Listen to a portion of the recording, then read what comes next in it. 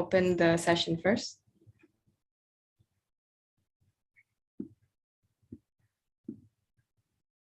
All right, welcome back, ladies and gentlemen, to day 2 of the IFIS SSRC Academic Writing Workshop. Let me introduce myself for a little bit before we start. I am Pinkani, and I will be your moderator for today's sessions. We have 2 planned sessions for today. In the first, we will learn about academic publishing from a faculty perspective. Siddharth Chandra is a professor of economics at Michigan State University with an extensive corpus of published works. His research has appeared in a variety of journals across the disciplines, including American Psychologist, Emerging Infectious Diseases, Demography, Drug and Alcohol Dependence, Nicotine and Tobacco Research, the International Journal of Drug Policy, the Journal of Regional Science, the Journal of Economic History, World Politics, the British Journal of Political Science, and lastly, the Journal of Asian Studies. Siddharth will discuss his experiences in dealing with what reviewers look for, responding to referees reports, and also tips for choosing the right journals. After a short break, we will reconvene with a session by Paul Nerney on techniques for redrafting research paper introductions.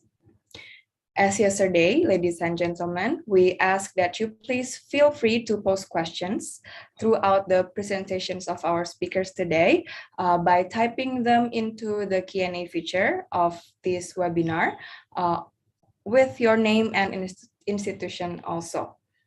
We will address questions for a short period of time at the end of each presentation, as well as a longer period of Q&A sessions at the end of the event today.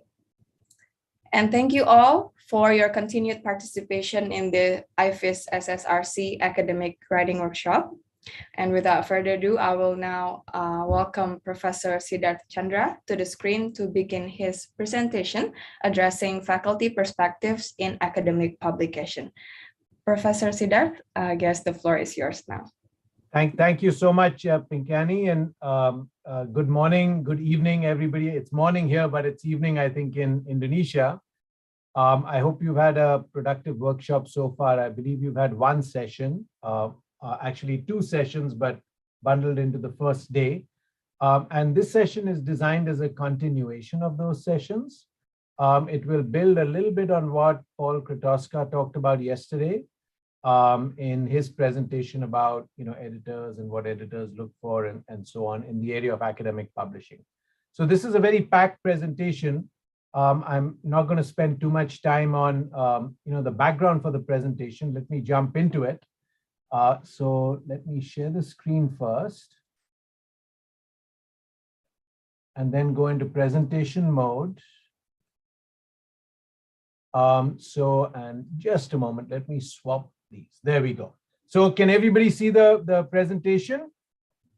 Yes. Good. Let me just add a pointer, a pen, but we don't like red, yeah?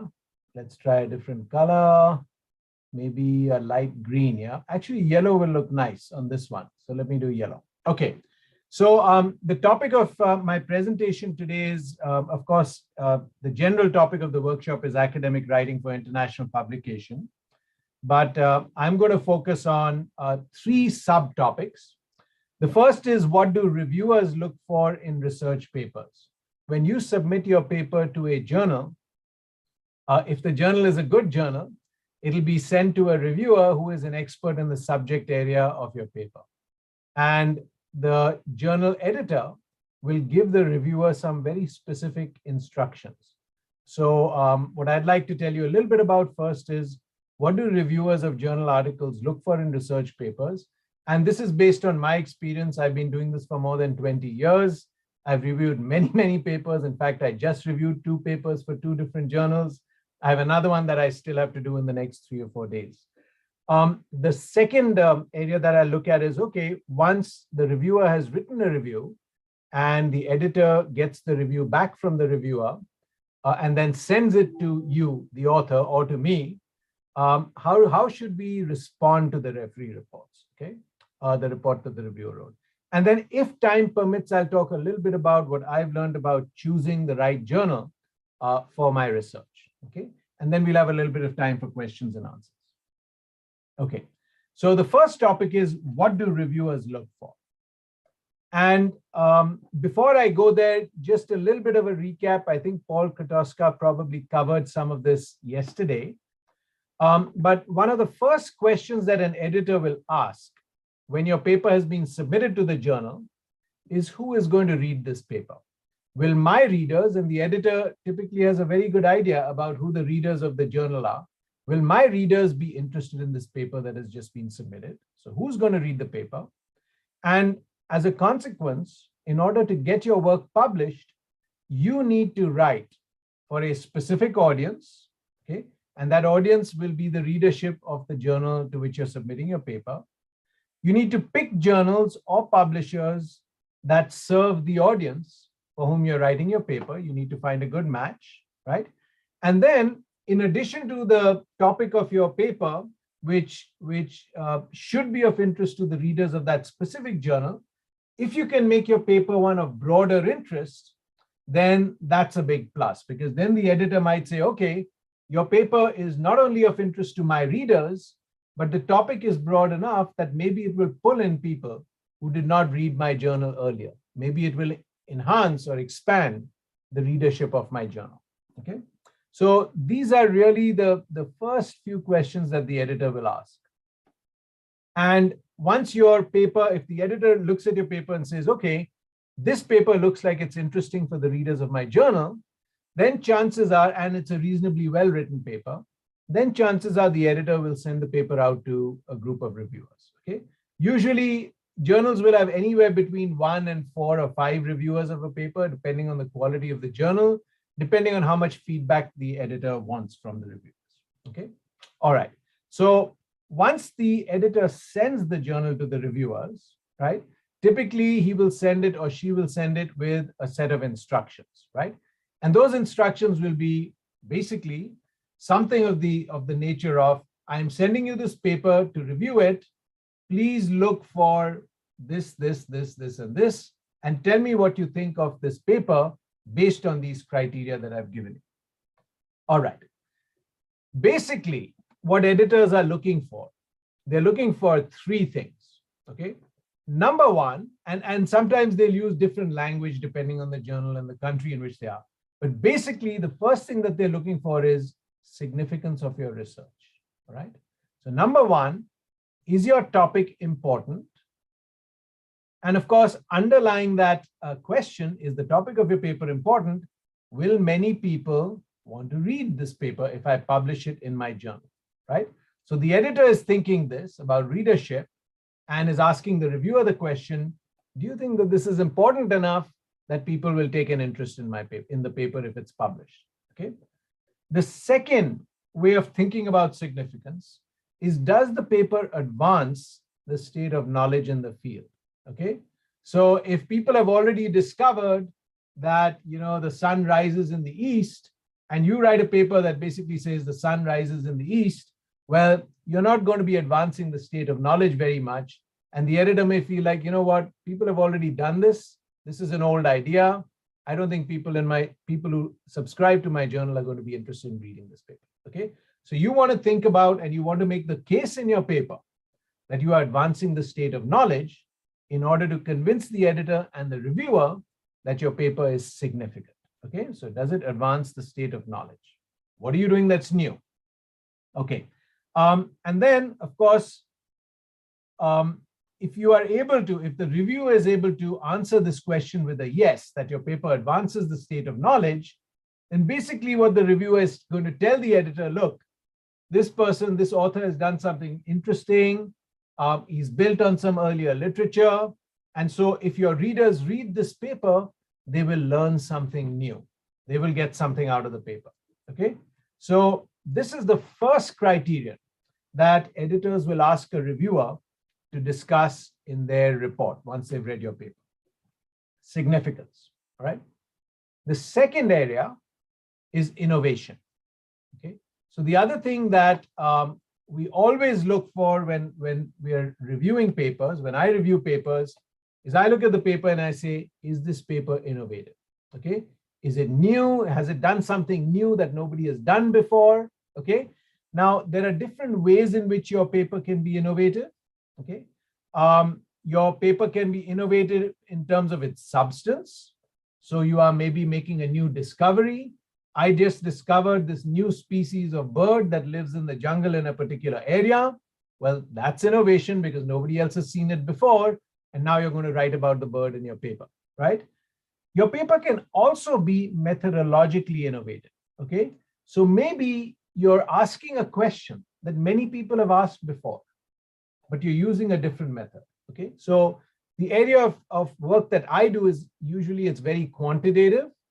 And so very often what I do is I take a question that people have already looked at, but I bring a new statistical method to analyze maybe some new data that will help look at the question in a different way, okay? And so what I'm bringing now is new methods to an existing field of analysis. And sometimes the answer is similar to what people have found before. Sometimes I find something new, something different, okay? But your paper can be innovative both in terms of the topic and in terms of the methods that you use. Of course, in an ideal world, if you want to get published in a really, really good journal, it helps to be both innovative, both in the area of your topic and substance and in the area of your methodology, okay? The best journals in the disciplines in which I publish usually are innovative in both areas. They innovate in the methods and they innovate in the specific subject matter. Okay. And then the third area that editors will ask reviewers to look for, and that reviewers, when they look at your journal article, will be asking, is your approach a solid, sound approach? Okay. So are you using robust methods? Are you using appropriate and solid methods to answer the central questions of your paper? Okay. So let's say that I'm asking a question, let's say when the price of something goes up, does the demand for that thing go down? Okay, so let's say I'm thinking about biscuits, and I have data that has the price of the biscuits and the number of packets of biscuits that were bought, right? So the question that the reviewer will ask in my paper, if I'm asking the question, when the price of biscuits goes up, does the quantity demanded go down? Is, are you using appropriate statistical methods to analyze your data, right, in order to come up with an answer to the question, okay? And for those of you who are quantitative researchers, there are many different ways in which you can do this. You can estimate correlations, you can run regressions, there are many, many different ways in which you can answer the question. But the reviewer is going to ask, are the methods that you are using appropriate? So that when I look at your results, am I actually convinced that you have answered this question and that your answer is consistent with your analysis and your data, okay? The same thing applies for qualitative methods, all right? The basic question we use, if you do ethnographic research, for example, right? There are particular methods that you use. There is a very well-developed literature in the field of ethnography. You should know about it. You should use the methods that are the standard methods in the field in order to come up with whatever answers you're going to come up with, okay? So the first is, does the paper use robust methods to answer the central questions? And then, of course, the second question, are the data that you used appropriate for answering the central questions of your paper, okay? So if I want to look at the relationship between the price and the quantity demanded of biscuits, right? I want to have data on the price and the quantity demanded of biscuits and not something else, right? So that's the third question. So let me do a quick review. There are three things that the reviewer is going to look for. The first is significance, all right, of your research. So is your paper doing something that advances the field, right? And is your paper addressing a question that is important? Second, innovation. What is new in your research? It can be new substantively in terms of your substance or topic. It can be new methodologically, all right? Ideally, if it's new in both areas, you probably have a very, very strong paper. And the third is the approach. Are the methods that you are using appropriate for the questions that you're asking, right? And second, is the data, are the data that you're using appropriate to answer those questions? All right. So the reviewer is going to read your manuscript with those 3 questions in mind, okay? And now let me talk about tips for a positive review process, okay? I've reviewed dozens and dozens and dozens of papers for journals. I've also submitted my papers dozens of times to journals. I've received referee reports. There are a few lessons I've learned in my over 20 years of work in this area. And I'm going to share some of the lessons that I've learned so that perhaps you don't have to learn them the hard way yourself. Okay, number 1, as a reviewer, okay, so I'm really, really busy. I'm sure you are all busy. We have a limited amount of time, right? Reviewers are very busy people, okay? Very often, what a reviewer will do, when I get a paper to review, I say, okay, I'm going to review this paper. I'm going to set aside 1 hour or 2 hours to read and write the review for the paper, okay? So if you're a busy person, chances are you are going to set a strict time budget for the review. And within that hour or 2, you're going to read the paper, you're going to write comments on it, and you're going to be done because you have other things to do, all right? Now, because the time is limited, right? What do you need to do as an author of the paper? You need to make the review process as easy as possible for the reviewer, okay? You want to make the review process an easy and happy process. Why? Well, let me give you my personal experience, okay? When I receive papers to review, I'm reviewing them as a volunteer, all right? I'm not being paid for this, okay? I'm doing it because I feel like if we need to advance the state of research, everybody needs to contribute their time to the process of producing the best possible research, okay? I also review papers because I'm grateful to the journals and to the editors because they have very often taken my papers and sent my papers out for review, all right? So somebody else has volunteered their time to look at my paper and to provide feedback to me. And I would like to do the same for the authors who have submitted to this journal. I would like to return the favor to the journal, okay? But remember, this is voluntary work, okay? The other thing you should remember, at least from my own experience, out of every 10 papers that I receive, I find maybe 3 or 4 or 5 interesting, and the other 3 or 4 or 5 are not really that interesting to read, okay? So when I accept the assignment to review a paper, I do it with the expectation that there's a 50-50 chance I'm going to enjoy this paper. There's a 50-50 chance I'm going to say, why did I just spend an hour or 2 reviewing this paper, okay? So when you write your paper, when you write your research, you want to try to be in the category, right, that makes the paper a pleasure for your reviewer to read, okay? The first thing in that process, the first thing to make the paper a really good paper to review is to make the presentation of your paper excellent, okay? And I'm saying excellent for a reason. I'm not saying good, all right? There should be no typographical errors, okay? So you want to spell check your paper. You want to grammar check your paper. If English is not your first language and you're submitting it to a journal that publishes in English, find somebody who knows English, give it to them and say, listen, can you take a quick look at my paper? Make sure that there are no typographical errors. Make sure that my grammar and spelling is perfect, okay? Good is not good enough. It has to be perfect, okay? And you need to do whatever it takes to make sure that your paper has all of these features, okay? Now, I live and work in the US. The language of instruction, the language of writing, the national language, it's all English, right? So in some ways, it's actually a little bit easier for me to write for English language journals.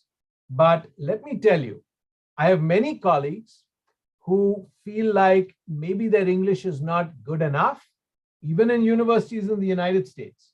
And very often they will hire somebody, they will pay somebody to read their paper and clean up the language, okay?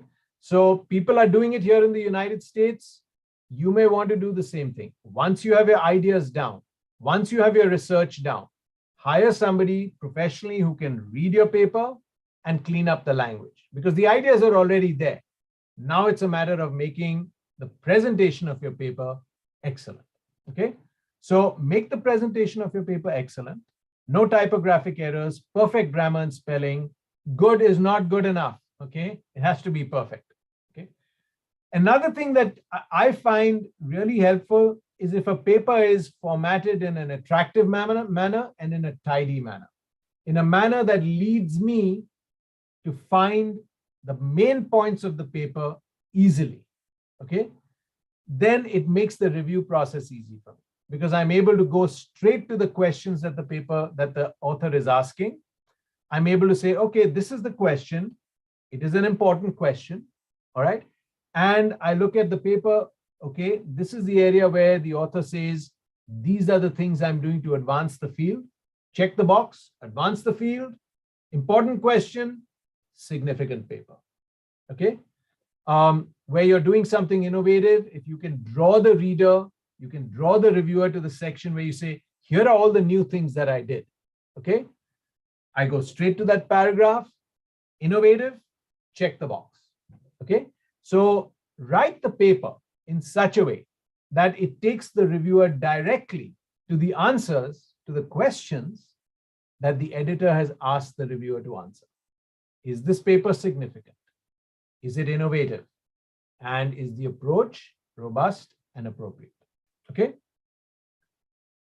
Why is it important for your paper to be well presented? Well, if it's not well presented, I'll tell you what happens to me as a reviewer. If I look at a paper where there are lots of spelling mistakes and grammar problems and so on, I immediately get distracted. Okay. I stop focusing on your research. I stop focusing on your questions. I stop answering the question, is this research significant? Is it innovative? Is the approach good? You know what happens to me? I become your copy editor. I start fixing your spellings. All right. So there are at least, and I know I'm not the only reviewer to whom this happens.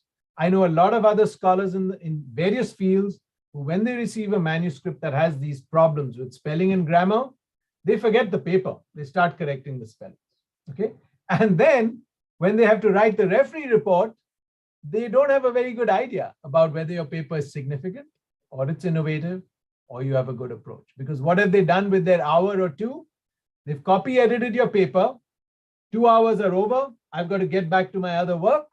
I'm done. Okay, now what do I tell the editor? Well, I didn't get very much out of the paper because I spent all the time fixing all the typographical errors.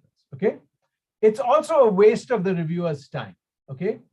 I did not get into this profession. I did not get into the profession of research to be a professor to copy edit papers. Okay. People have jobs as copy editors, but that really is not my job. My job is to look at your ideas and to evaluate them for the journal editor. Okay. So don't waste your reviewer's time with shoddy presentation. Make the presentation excellent. All right.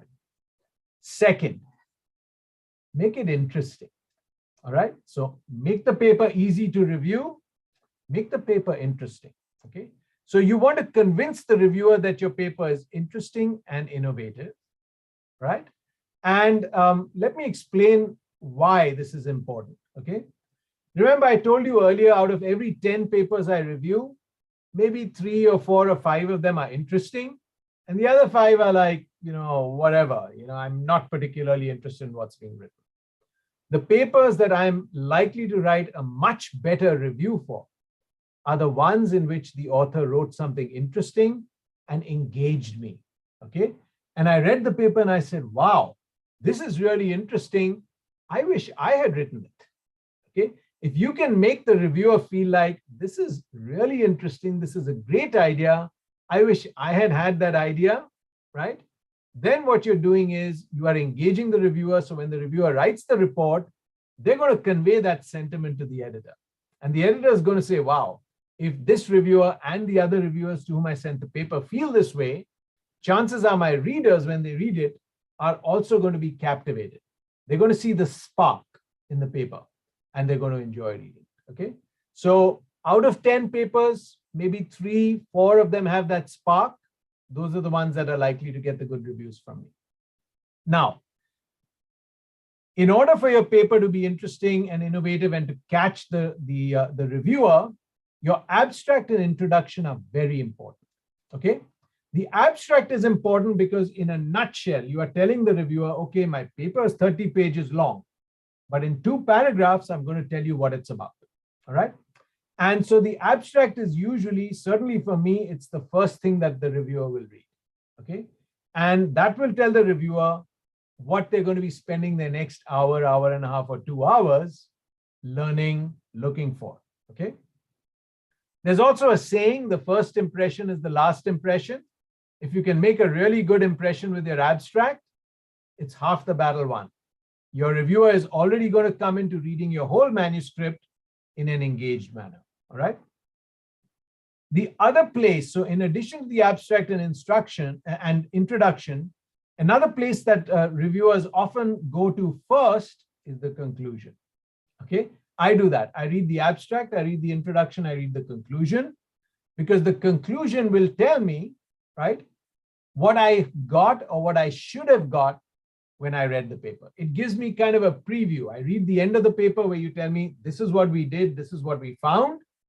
Now, when I review the body of the paper, whatever 30 pages, I know what I'm looking for, okay? So this is also very important that you write a good conclusion that summarizes your paper in case the reviewer goes there first. All right.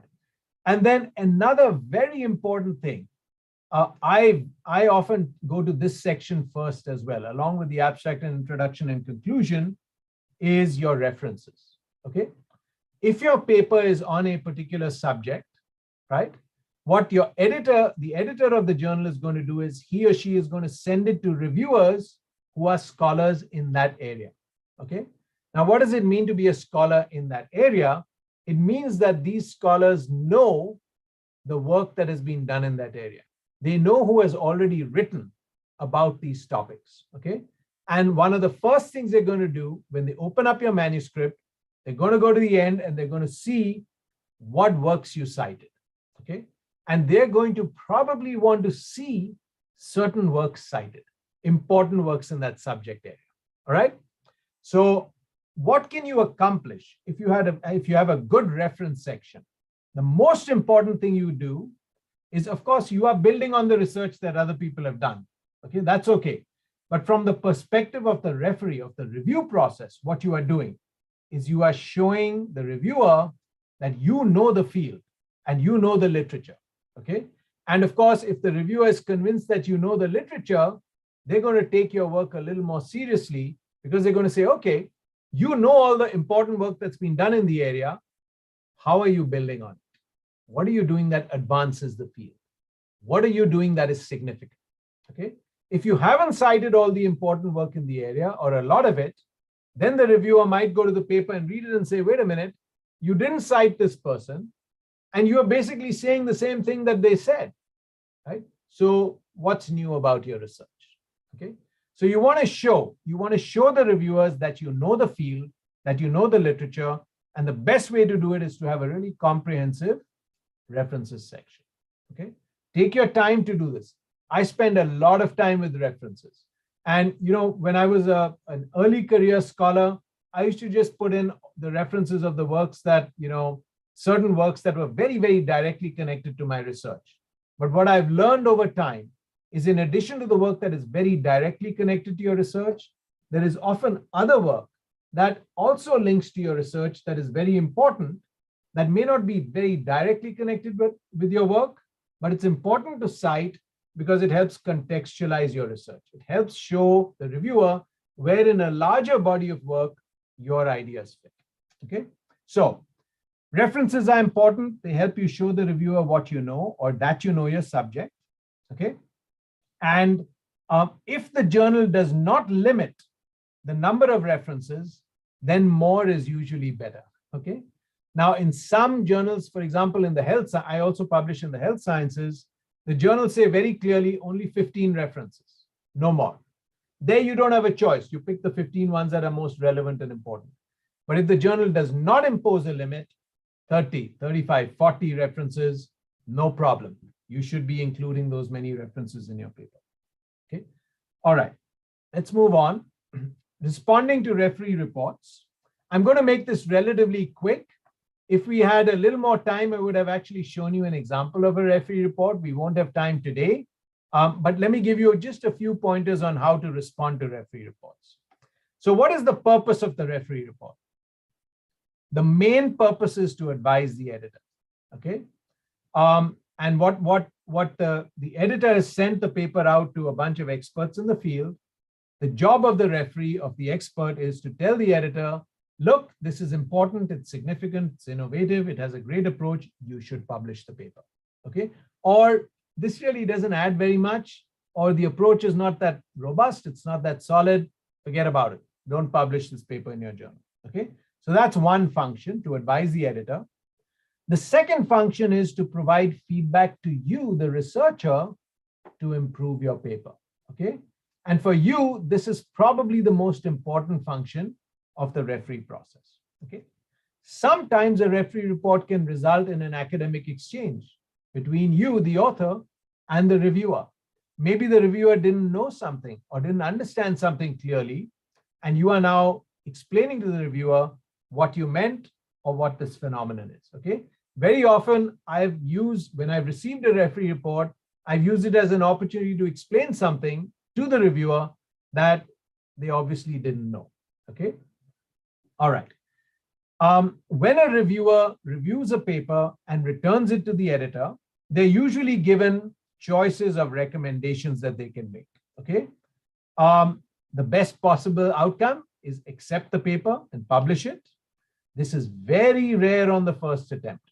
If you submit your paper to a really, really top journal, it's almost never the case that they will accept it without asking you to revise it, okay? Some journals that are maybe not that selective and not that high quality may say, yeah, we accept your paper, we're going to publish it as it is, okay? But most really good journals will send back your paper and say, please revise. Here are the referee reports. Here are a bunch of questions and comments. Please revise your paper and resubmit it so we can read it one more time. The reviewers can read it one more time, okay? The other option, of course, is reject. This is unfortunately very common, especially in good journals. Some journals publish their statistics. The Journal of Asian Studies, for example, I think they accept less than 10% of the papers that they receive. So 9 out of 10 papers get a reject, okay? So these are some of the options that reviewers have in terms of making recommendations to editors, okay? There are, depending on the field that you're in, there are other types of categories in between categories. In the health sciences, there's a reject and resubmit option also, all right? So, but these are basically the different types of outcomes of the referee process that you will be engaged in. Okay, so how do you address a referee report? Let's say that you submitted a paper to a journal. The editor sent it out for review. The editor got back, let's say, 3 reviews, right? And the editor sends you an email saying, here are 3 reviews of your paper. The reviewers have some issues. Can you please respond to them, revise your paper, and resubmit it, okay? This is a very common outcome of the referee process. Different scholars have different approaches to responding to referee reports, okay? So what I'm going to tell you is personal. It's based on my experience. It's my approach. I found by and large that it works pretty well. If you have another approach, obviously feel free to use it. So here's my approach. First and foremost, I recognize that the referee is trying to help. The referee is just like me. I'm a referee too. I review for many, many journals, right? They're trying to be helpful. They're reading your paper. Often they are reading your paper even though they didn't want to read it, right? But once they read it, they've spent an hour or 2 of their lives trying to help you improve your research. That's the attitude with which I go into reading the referee reports, okay? So they're trying to help even if the review is highly critical, okay? Don't take it personally. There is nothing personal. In fact, very often the referee won't even know who you are, all right? If you have a review process which is what we call double-blinded, the best journals are usually double-blinded, you don't know who reviewed your paper, and the reviewer doesn't know that you are the author of the paper, okay? So don't take it personally. Look for feedback that will help me improve my paper, okay? This is what I do when I get a referee report. What is the referee saying? Remember, the referee is an expert in my field. What is the referee saying that is weak about my paper that I can potentially fix to make the paper better? Okay. I would read the referee report, any referee report, at least twice. Very often your first reaction is an emotional reaction. You're like, oh, this referee has no idea what's going on, right? They obviously don't understand anything. My paper's correct and the referee's wrong. Okay, that's very often the first reaction. It's often a very inaccurate reaction, okay? So read the report at least twice, maybe 3 times, maybe 4 times. Try to understand what the reviewer is trying to tell you, okay? Think about the comments. Okay. The next step when I'm responding to a referee report is I create a document with the comments of the referee. So I copy the referee's, all the comments, I paste them into a Microsoft Word document, okay? And then I identify the comments to which I need to respond, okay? So sometimes there'll be a comment which really doesn't require a response. It's, you know what, I liked what you did over here. And maybe you can say thank you, but you really don't need to do a lot about that comment. Okay, the referee liked what you were doing, no problem. They and you agree that this is good, okay, that particular thing. But for the comments that you need to respond to, I try to respond to every comment, even if I don't need to do anything about it, by saying thank you, you know, or I agree as well, or something like that, right? Below each comment, enter a response. Okay, so you've created this document with the comments of the referee. Below each comment, enter a response. I usually put an arrow, a right arrow symbol, and then I write my reply. Okay, so for example, the comment may be change the word minus to plus. So below that, I'll type my right arrow and I'll say changed, thank you. Okay, they caught an error in the paper. I agree with them. I changed the word minus to plus. I told them I changed it and I'm done, okay? So with every step, with every response that you write, make sure you go to the manuscript and you implement that response, okay?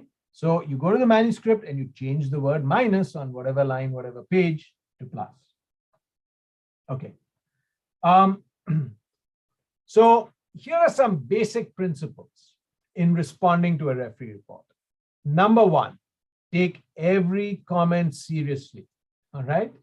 The referee is a busy person. They've taken the time to help you by giving you free feedback. You're not even paying for this. This is an expert with years and years of experience who's giving you free advice, all right? Take every comment seriously, regardless of the decision. You know, maybe the editor rejected the paper, maybe they said revise and resubmit. Be grateful because this is a busy person who has taken the time to help you by giving you free feedback, okay? Respond politely, always. It never hurts to be nice. You know, if you're nice to somebody, they may be nice to you, okay? So if they say something that you agree with, thank them, tell them you agree, tell them good point, okay? If you disagree with them, you can also say that nicely. While I see your point, I'm unable to make this change because I don't have the data, all right? Or while I see your point, I think we may be coming from different perspectives because I'm also considering this other thing, which may kind of negate to some degree the point that you're making, all right? So you can be nice and you can disagree. You can be nice and of course you can agree. Be nice, all right? And take every comment seriously. Okay, we don't have time to actually look over a referee report, but sometimes if I have time, I go over a referee report that was actually, it wasn't one, it was I think 4 or 5 reports for an article that I wrote. If we have time, I'll come back to the example. If you want to see the example and we have time in the Q&A, raise your hand and ask me to. I can show you the example and give you some ideas about how I handle this particular paper, okay? All right. But I would like to spend just a few minutes on choosing the right journal. This is also quite important. You've written your paper or you are writing your paper, right? And you're thinking about what journal you would like to submit your paper to, right? There are really 2 important criteria that I think you should keep in mind. Number one, fit. Is your paper a good fit for the journal? I'll go into this in some more detail, okay? Because you can think about fit from many different perspectives, and you should think about fit from all of those perspectives. And the second is the quality of the journal, okay? There are many, many different qualities of journals. Remember, when you publish a paper, that publication is going to go on your resume, okay, on your CV. Your CV is going to reflect professionally who you are, okay? So your CV is going to be your brand, right? And so you have to be very careful about what journals, right, you want to see on your CV. You want to see the highest quality journals on your CV. You want your CV to say, this scholar has published in journals which are very, very hard to publish in because everybody wants to publish there. Everybody is reading those journals. That is where the state of the art of the knowledge is, okay? So quality is extremely important in selecting a journal. Okay, so let's talk about fit first. The question that you're asking here is, are my paper and the journal a good fit for each other, okay? And on what basis are you going to determine fit? Well, most importantly, it's going to be the subject matter, right? If you're writing a paper in philosophy, you're not going to submit it to a journal in chemistry, right? You're going to submit it to a philosophy journal, and maybe a philosophy journal in a specific area of philosophy, okay? How do you find out whether your paper and the journal are a good fit for each other? The most important thing is to go to the journal web page, okay? And what you'll find is some journals are broadly focused, some of them are narrowly focused, okay? So some of them will focus on a discipline, which is very broad. Some will focus on a small area within a discipline, which is a lot narrower, okay? Some journals want theory. They just want you to theorize. They don't care about data. Other journals are explicitly empirical. They want data. They want statistical data. They want ethnographic data, okay? You want to be careful that the paper that you write aligns with the flavor of the journal in the theory and empirical spectrum as well. Some have a geographical focus. The Journal of Asian Studies is about Asia. If you're writing about South America, you probably don't want to submit your paper to the Journal of Asian Studies, okay? How do you figure out the fit? One way to figure it out is to look at the references in your paper. Which are the works that you naturally cited while you were writing your paper, right? And then see whether any of those references come from a journal that you're looking at.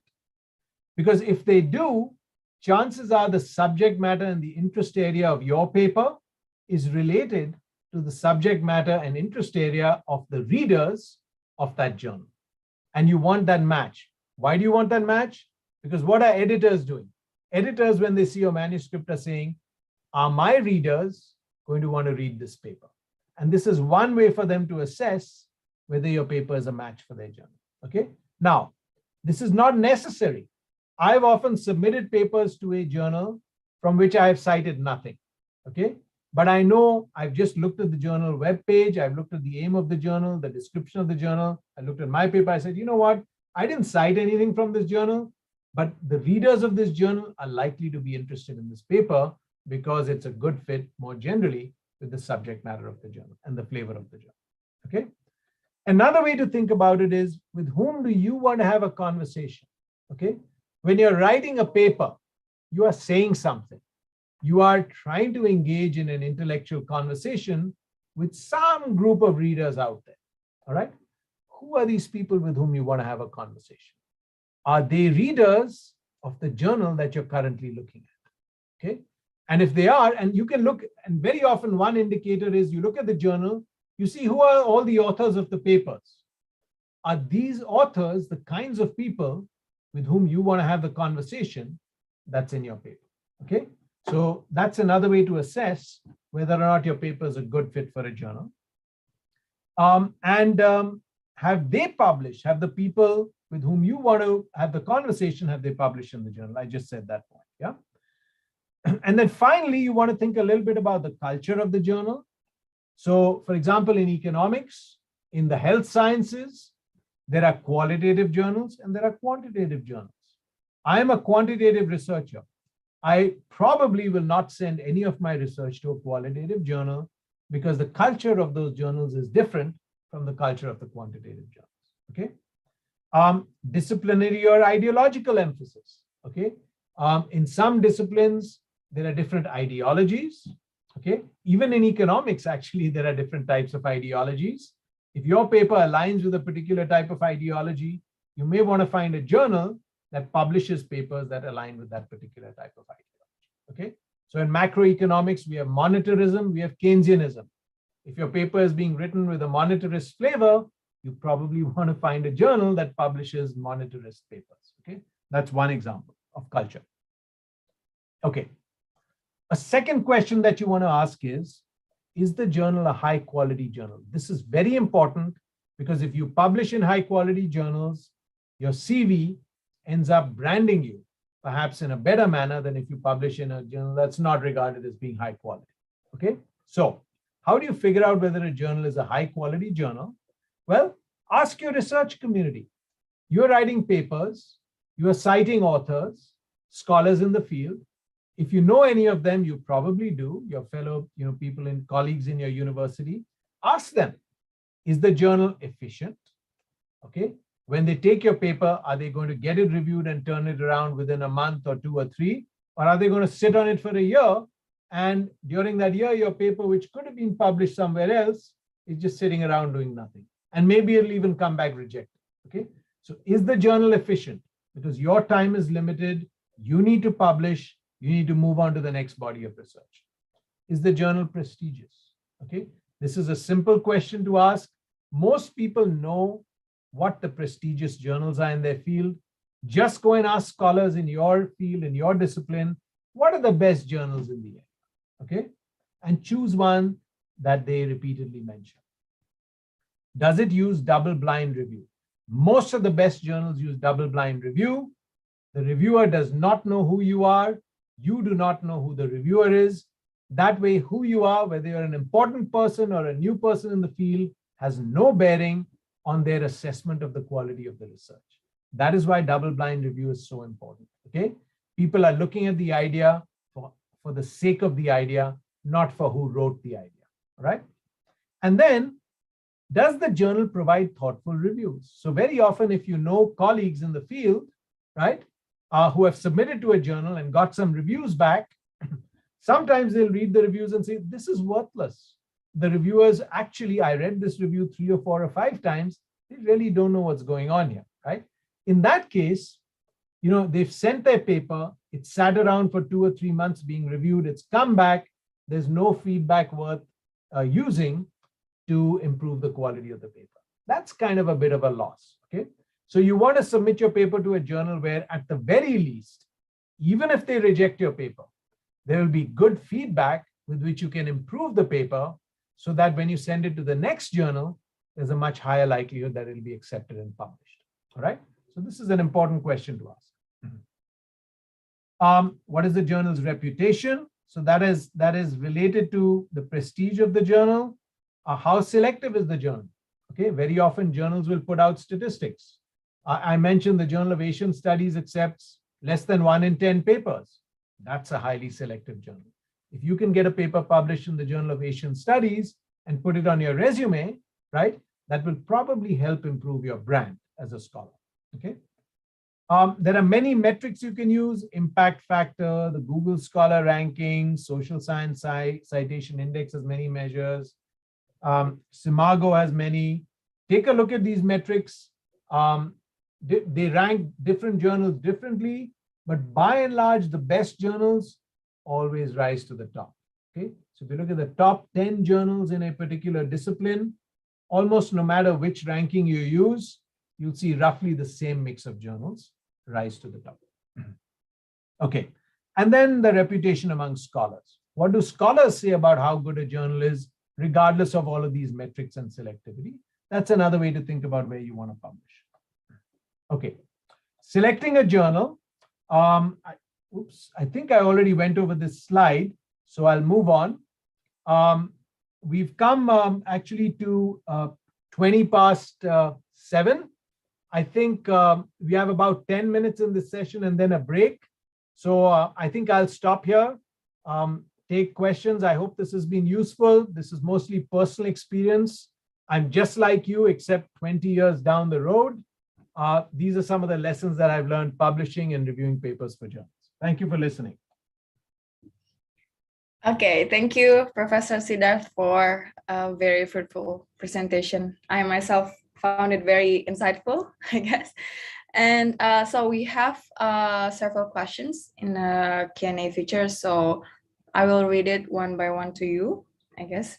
The first one comes from Rempu Rempu Rayat, a doctoral student in ITB, Indonesia. I think this is related to your subtopic about choosing the right journal. He's saying that I am writing an article about a method in gathering Twitter data for transportation modeling purpose for specific to predict trip production of a city. It is a part of my research. I show in the article how to retrieve the Twitter data according to the Twitter policy, to access its database and the algorithm, including how to filter the data as represent the city and the date of research. Neither advanced statistical calculation nor mathematical formula in the article. Instead, this paper contributes to state of tactical retrieving data of popular social media as a kind of big data sources. So he's asking what kind of international journal is appropriate to submit my article in your opinion, sir? As your recommendation, I pay somebody to clean the English and the person promised me to make some treatment according to targeted journal. Excellent. So first and foremost, I'm glad that you're thinking about having somebody just copy edit your article and fix up grammar, spellings, and clean it up. Let me respond to the earlier question, the part about what journal is appropriate. You know, you and I have a very similar problem. The research that we do is interdisciplinary, it's transdisciplinary, right? So very often when I write a paper, for example, you may have quickly seen in the presentation, I showed a link to a paper on the 1918 influenza pandemic in Indonesia, right? The paper was published in a journal called Population Studies, which is a demographic journal, right? But if you think about the subjects that I was writing on, right? It's the 1918 influenza, so it is a historical article. It's about influenza, so it's about an epidemic. It's an epidemiologic article. It looks at the change in population in Indonesia, right? During that time, how many people were lost to the pandemic. So it's a demographic article. Three very, very, very different fields, okay? And I had to figure out, okay, where do I want this paper published, okay? I could have published it in any of these three types of journals, depending on how I wrote the paper, okay? So the first decision to make was, how do I want to write the paper personally? And based on that, what kind of journal is it going to fit in? So first I wrote the paper, then I looked at papers in demography journals, I looked at papers in historical journals, and I looked at papers in epidemiologic journals. And after doing the basic analysis of my paper, I came to the conclusion that probably the most interested audience would be an audience in demography, okay? And so then I wrote the rest of the paper to suit the style of a demographic journal. I think you have a similar issue here because your paper looks at least three different things. You're touching three different fields. Number one, you're gathering data from Twitter, okay? So there is a social media angle to it. And today there are many, many journals that talk about social media. Second, you're gathering large amounts of data, okay? Data science has emerged as a very big and growing and important field, okay? So you could, instead of going to social media journals and communication type journals, you could go to a data science journal. But the third is your thematic area, which is transportation, right? And there is a whole set of journals in the field of transportation and transportation science, like Transportation Research Record. This is one example of a very good journal that might also be interested in your paper. So it's very hard for me to recommend a specific journal without looking at your paper. And I'm not even an expert in the field of social media or big data or transportation. So my recommendation to you would be, if you're at ITB, you probably have professors, fellow scholars who publish in communications journals, who publish on transportation, because engineers, ITB has lots of engineers, and transportation, a lot of it is about engineering, civil engineering and other things. And of course, you probably have a lot of good people who do data science. So what I would do with that paper is I would take it to experts in these fields and ask them, A, what are the top journals in these different fields, right? And experts will tell you what the top journals are in their area. And two, based on what you've done, do they think that your paper would be a good fit for some of those top journals, right? And I think those conversations will allow you to think about a direction for your paper that will probably be the most suitable for it. Yeah. So I'm sorry, I can't give you a specific, oh, you should send it to the Transportation Research Record B. I can't say that because I haven't seen the paper and I'm not an expert in the area, but you have experts around you who can give you that advice. But my broad reading is there are these three areas that I think, depending on how you write your paper, would be of interest. Okay. I think it's very helpful, Professor Siddharth, in my opinion. Okay, for the next question, comes from Subandri Simbolon from Catholic State College of Pontianak. Thank you, Prof, for this excellent motivation.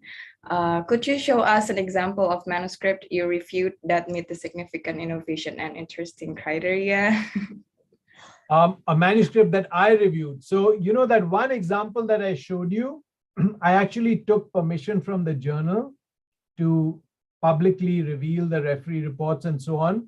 But that's not a manuscript I reviewed. That was my manuscript that was reviewed by other people. For manuscripts that I've reviewed that, I can't, honestly, I can't tell you that, because when I review manuscripts, I review them anonymously and I'm not allowed to reveal that I was a reviewer. So I would probably be breaking confidentiality if I showed you a manuscript that ultimately got published for which I was a reviewer. So I'll have to unfortunately decline your request. But if you like, I can show you the reviews that I got for my paper, for which I have permission to reveal them, and they're all anonymous reviews, if we have time. I see we have a couple of other questions. So let's go to those first and see if we have time later on. Okay. All right. So we go on to the next question. Came from Elizabeth. If I aim at submitting my manuscript to a certain journal publisher, but it is rejected with some comments to upgrade it, does it mean that one day, after several months, I can submit the manuscript with different title and different perspective? I think the important thing to keep in mind here is, and this has become worse during the pandemic, okay?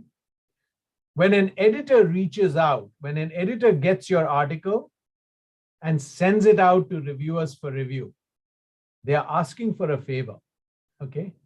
They're asking for a favor. They're asking for somebody to volunteer their time for free. Give me 2 hours of your time and take a look at this paper, okay?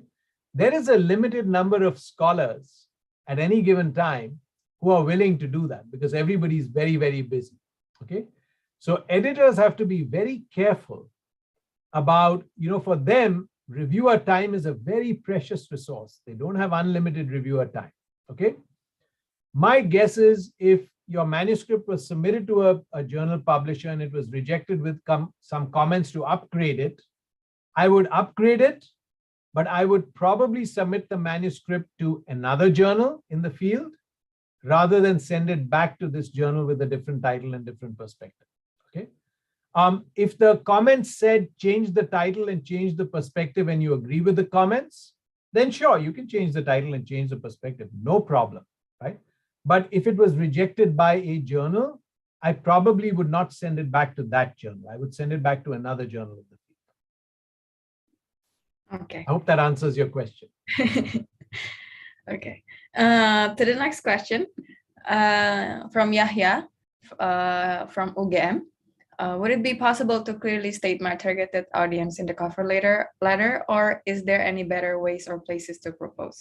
No, your cover letter, that's a very good question. Your cover letter is the right place to do it, right? And remember, your cover letter up to a point is where you can make a sales pitch for your paper as well. So if you're going to say, here are the audiences that I think would be interested in the paper, the better the case you can make for a larger audience or different audiences, the more likely the editor will be to send your paper out for review and not reject it immediately, right? Do what we call a desk reject, which I think Paul Kratoska may have talked about yesterday. All right. So definitely, so for example, when I submitted that paper to Population Studies, it was on the pandemic in Indonesia. But I wrote in the letter, I said, look, this paper will be of interest to people who study pandemics and the 1918 flu pandemic. It will be of interest to demographers who are interested in the particular method I'm using. So in general, it will be of interest to people who work on Indonesia, because this is about Indonesia. And because Indonesia is the 4th biggest country in the world in terms of population, it's a demographic giant. So I presume that demographers in general would be interested in reading it, anything about Indonesia, because there's so many people in Indonesia. So you can kind of make the sales pitch. You want to do it in a way that is very, very based in facts. So it doesn't appear like you're saying, I think you should review this paper because I wrote it and I'm the best in the field, because that the editor is not going to buy. So if you can base what you're saying on evidence, objective evidence, do it and make the pitch for the paper. But the cover letter is the place to do it. Yeah. So it's like convincing the editor. That's right. You're basically saying, please don't desk reject my paper. Yeah. Right? Yeah. Okay. Okay, let's go to the next question coming from Fiennes Romata from Brin. When you review a paper which talk about local issue that has transnational matter, is the origin country matter? Does a journal, not geographical focused journal, have certain preference in terms of country?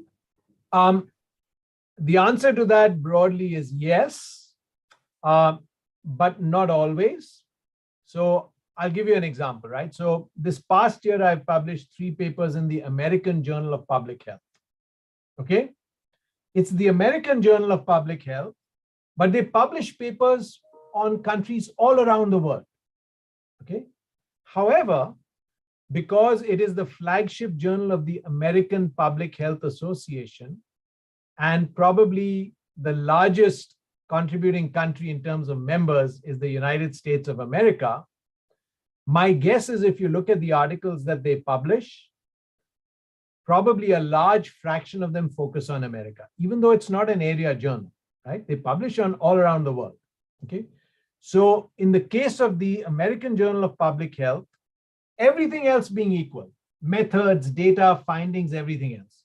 If your paper is on America, it is probably a little bit more likely to get published than if it is on, say, Brunei, right?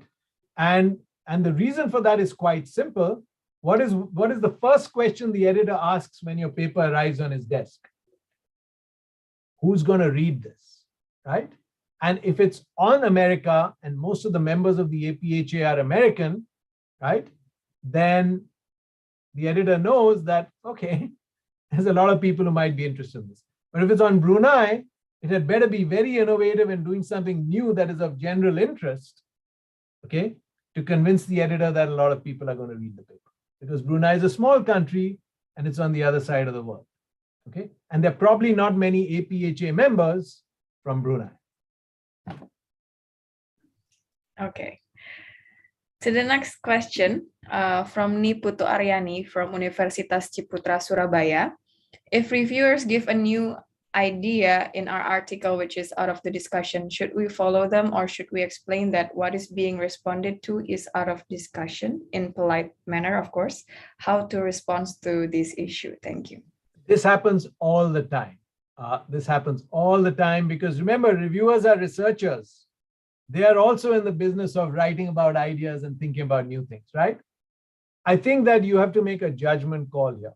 If that new idea is something that is closely enough aligned with what you are talking about in your paper, and if you think it will meaningfully contribute to what you are trying to do in your paper, then you may want to follow the new idea, work it into your paper, and put a footnote saying, I would like to thank an anonymous reviewer for suggesting this idea, because this is their idea, which you have implemented. You want to give them credit, okay?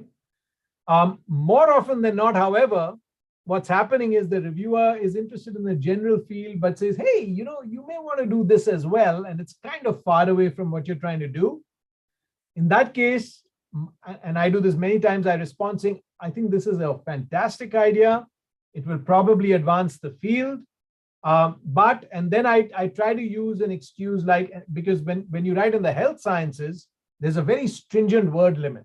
I say, but we are limited to 4,000 words in this paper. The paper is already close to the limit. It would be very difficult to include this in this paper. We will think about pursuing it in a future article. Okay. So there's, again, the reviewer is trying to be helpful here. Okay. They have volunteered their time. They're doing this for free. They're trying to help you out. You want to respond to them in a manner that is appropriate and acknowledges that help. So thank you. Great idea. I would love to do this. I'm limited in terms of space, so maybe in a future paper, or this is a great idea. I think it's closely aligned. We have done the analysis. Page 6, paragraph 3 contains the analysis, and we have put a little footnote acknowledging the contribution of the anonymous reviewer in making this suggestion. You can go either way.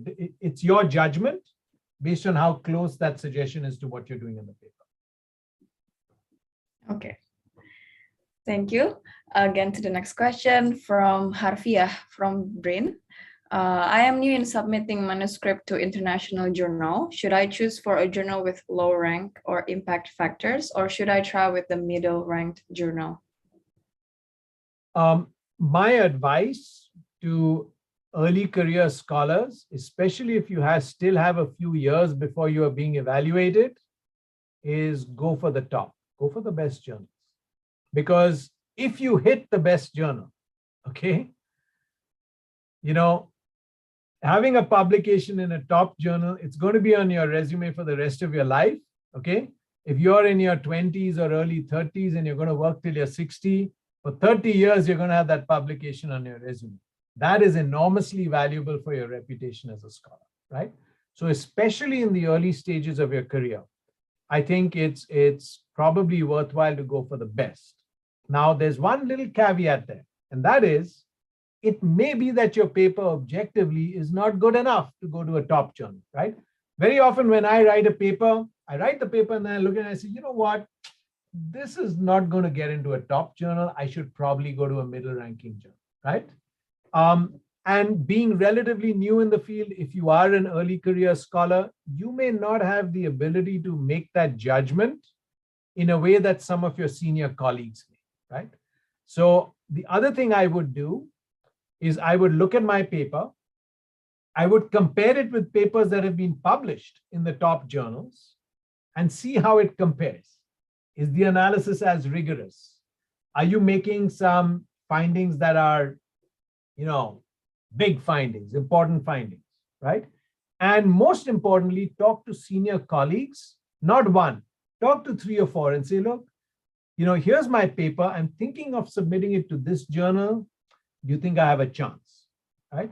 And they say, I think you have a chance, go for it. If they say, you know what, no chance, if all of them say no chance, maybe you want to look for a journal that's a little bit lower in the ranking. Yeah. But I think the important point here is communicate with people around you. You are in a community of scholars. They know things that you don't know. It's in your best interest to get the collective wisdom and to use that to make the best possible decision for your own career. Okay. Thank you. To the next question from Hayadin from BRIN, Badan Riset dan Inovasi Nasional. Is that ethical or normal to send the title and abstract of the article to the editors of the journal that we think fit? to ask whether this manuscript eligible to the journal. And one more thing, how long does the reviewer process of the international journal take place, and what we should do while awaiting the process? Thank you. So I don't know about ethics. I also don't know whether it's normal to do it. Maybe a lot of people do it. But I can tell you what most editors will do in response. They'll say, I'm sorry, I'm not in a position to give you my, because they're the editor of the journal, right? I'm not in a position to give you my opinion. Why don't you submit the journal and we'll run it through the process, right? So, in response to your question, I'll tell you what I do. I never ask an editor whether the paper is appropriate for the journal. I look at the journal, I look at their articles, I look at my article, I ask my colleagues for their judgment, and then I make a decision. I never ask the editor. Editor's busy enough. The editors like us, they have a regular full-time job, and now they have to handle all these manuscripts, dozens of emails every day, right? So what you're doing when you ask them that question is you're adding to their workload. It's probably low priority for them. I would find some other way to make that judgment. And the best way is submit it.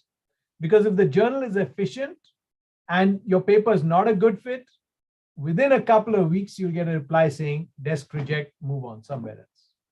I've had papers desk rejected.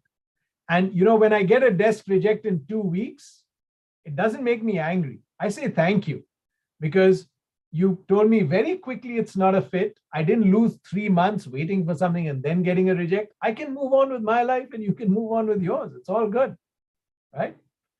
So I would just, see if it fits and submit. And hopefully they'll be efficient about desk rejecting or sending it to review. What is the other question? How long does the reviewer process of the international journal take place, and what should we do while awaiting the process? Very important question, okay? Because this matters for all of us and for our careers, right? We need to publish, we need our resumes to show that we are productive researchers, right? This varies dramatically across disciplines, okay? So I have stopped publishing articles by and large in social science disciplines because they take a very, very long time to review papers, right? Often it's 3 months, 4 months. I've heard horror stories from some of my young junior colleagues who need publications to get promoted. They waited for a year and they haven't got a review. And to me, that's just totally unacceptable, right? Now, in other disciplines in which I actively do publish, like the health sciences, right? So I'll give you the example of the American Journal of Public Health, where I published 3 papers last year. They're very good. When you submit a paper, so I learned this because after I got my first publication there, now I was on their list of possible reviewers, right? So now they're sending me papers to review as well. When they send me a paper to review, they expect me to either say yes or no within 3 days. And if I don't respond to them saying, yes, I will review the paper, or no, I won't review the paper, within a few days, they'll send me an email saying, we've moved on. Thank you very much. We're retracting our invitation. We found somebody else to review the paper, okay? So that immediately tells you that they are on their game and they're very efficient. Second, if I say, yes, I will review the paper, I immediately get a link to the paper with a little message saying, your review is due in 2 weeks, okay? So I have to review that paper in 2 weeks, maybe 3 weeks, depending on the health journal. So there's another journal called Drug and Alcohol Dependence in which I publish and for which I review 3 weeks, okay? And they send you a lot of reminders. They send you a reminder 1 week before the review is due. They send you a reminder when the review is due. And then once your review is past due, you get a whole lot of additional reminders, okay? Now this tells me, and I've had this experience, that these journals are super efficient in getting reviews done and super efficient in getting your work published if it is high quality work, okay? So there's a range. And this is why in my presentation, I mentioned, ask people in your discipline, which are the journals that turn papers around efficiently and which are the ones that sit on them for a long time. There is a journal. I've never done this before in my career, but last year I did it for the first time. I won't tell you what the journal is because it's actually on Southeast Asia. But there is a journal to which I submitted a paper. And for, I think, first of all, it took them over a month to even reply to me saying, we received your paper. Then 3 months later, after 3 months, I said, look, it's 3 months. I sent them an email saying, what's going on? I didn't hear back. A week later, I sent them another email saying, what's going on? I didn't hear back. And after that, I just wrote them an email saying, I'm retracting my submission. And I sent the paper off somewhere else and it got published. So I think that we can also play a role up to a point in making journals more efficient by patronizing and submitting our research to the efficient journals and not submitting it to the journals that are inefficient, because we don't want to encourage them to remain in existence. They should not be in existence, Okay, thank you, Professor. For the last question, from Abdul Basir Hamidi from Pajajaran University. Thank you for your informative presentation. Please ask Professor Chandra if possible to show one of his manuscript that he has received comments from other editors. So I think this is the right time. We have like about 14 minutes to go. Yeah. So you are supposed to be having a break right now. We're having a break at 8. Okay. So we have some time then. Yeah. Okay, great. Yeah, no, then I'll show you some of these materials. So let me open it up. Let's see. Okay, yeah. So I'll and you know what? Okay, so let me do a screen share. How do I do this and still show you the files? I wonder if I can upload the files. Where? Into the chat box. Let me see. Into the Q&A. Can I can't do a file upload, no? Okay, well, let me do a couple of things. First, I'll show you the paper that got published. Then I'll show you some of the referee reports, and then I'll give you a quick explanation about how I responded to them, yeah? So I'll start by doing the, let's see. Actually, why don't I just share my whole screen with you? That way you can see what I'm doing, so, So we'll go to Population Studies, Indonesia, 1918, yeah? So this is the paper. Can you all see the screen? Yes. So let me actually show you some interesting metrics on this paper. So this is a paper, pandemics, obviously now everybody's interested in them, but when this paper was published it was received in 2011. So this journal actually is accountable. They're actually showing you how long the whole process took. They received my paper in October 2011. We went through a whole bunch of reviews. And then about 10 months later, it was accepted. And I'll show you what we went through. So this is actually quite efficient for a social science type journal, okay? And then it was published about 5 or 6 months later because they had to format it and typeset it and so on, okay? But let me show you some interesting metrics about this paper. So this is the journal Population Studies.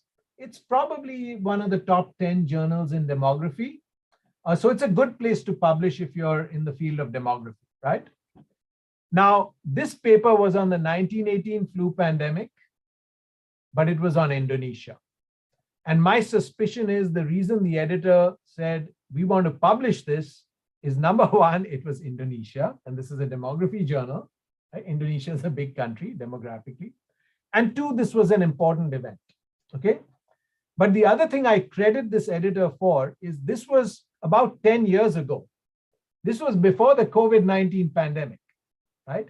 But the editor still saw it fit to publish this paper. And I think in retrospect, he made the right decision. And here's why. If you go to the metrics of the paper, you'll see something called an altmetric score, right? And this tells you how much visibility the paper is getting in social media. It also has a reasonably good number of citations, right? But if you take a look at this altmetric score today, you'll see that of all the journals in population studies, this paper, in terms of attention, ranks second out of 692 papers, right? So this is one of the most widely kind of looked at papers from this journal in social media circles, right? Now, why? If you look at the tweets, a lot of them, we can't see them all, a lot of them are from Indonesia, right? And a lot of them happened during the COVID-19 pandemic, okay? So I think the editor had the foresight to say, this is a paper on a pandemic. This is a paper on a large and very important country demographically. It's probably worth publishing because one day, probably a lot of people will read it, right? And if you look at in terms of views also, I think it ranks in the top 15 papers out of 692, right? So the editor made a good decision. And if you look at the topic of the paper, I think the editor was also smart to pick up on the importance of this topic, right? We're going to keep having these kinds of pandemics, and he figured this is a big and important country, so let's publish it, right? Okay, so this is the paper. It uses, let's take a quick look at the abstract. The abstract is a relatively short abstract, right? But I'm selling the story here, right? For Indonesia, the world's fourth most populous country, this is a demographic journal, right? You want to sell this, right? So this is a highly populated country. There is an estimate of loss from the pandemic, which is in the millions. This is a bad disease, this 1918 influenza, right? So again, I'm showing them big numbers. And then when we do our estimates, we find a much larger estimate, okay? So that was the basic topic of the paper. So this is the final publication. I don't know if it's possible to paste the link in our box somewhere, but let's see, how does one do that? Where is here it is. Can I post in the Q&A? I think through chat box you can. Where is, here's the chat box, okay. Yeah. I'm just posting the link to the paper if you want to take a look at it. Now let me go to the referee reports, right? So I need to open a folder. And let's first open these reports. Can you see the referee reports? You see a document open, Pinkani?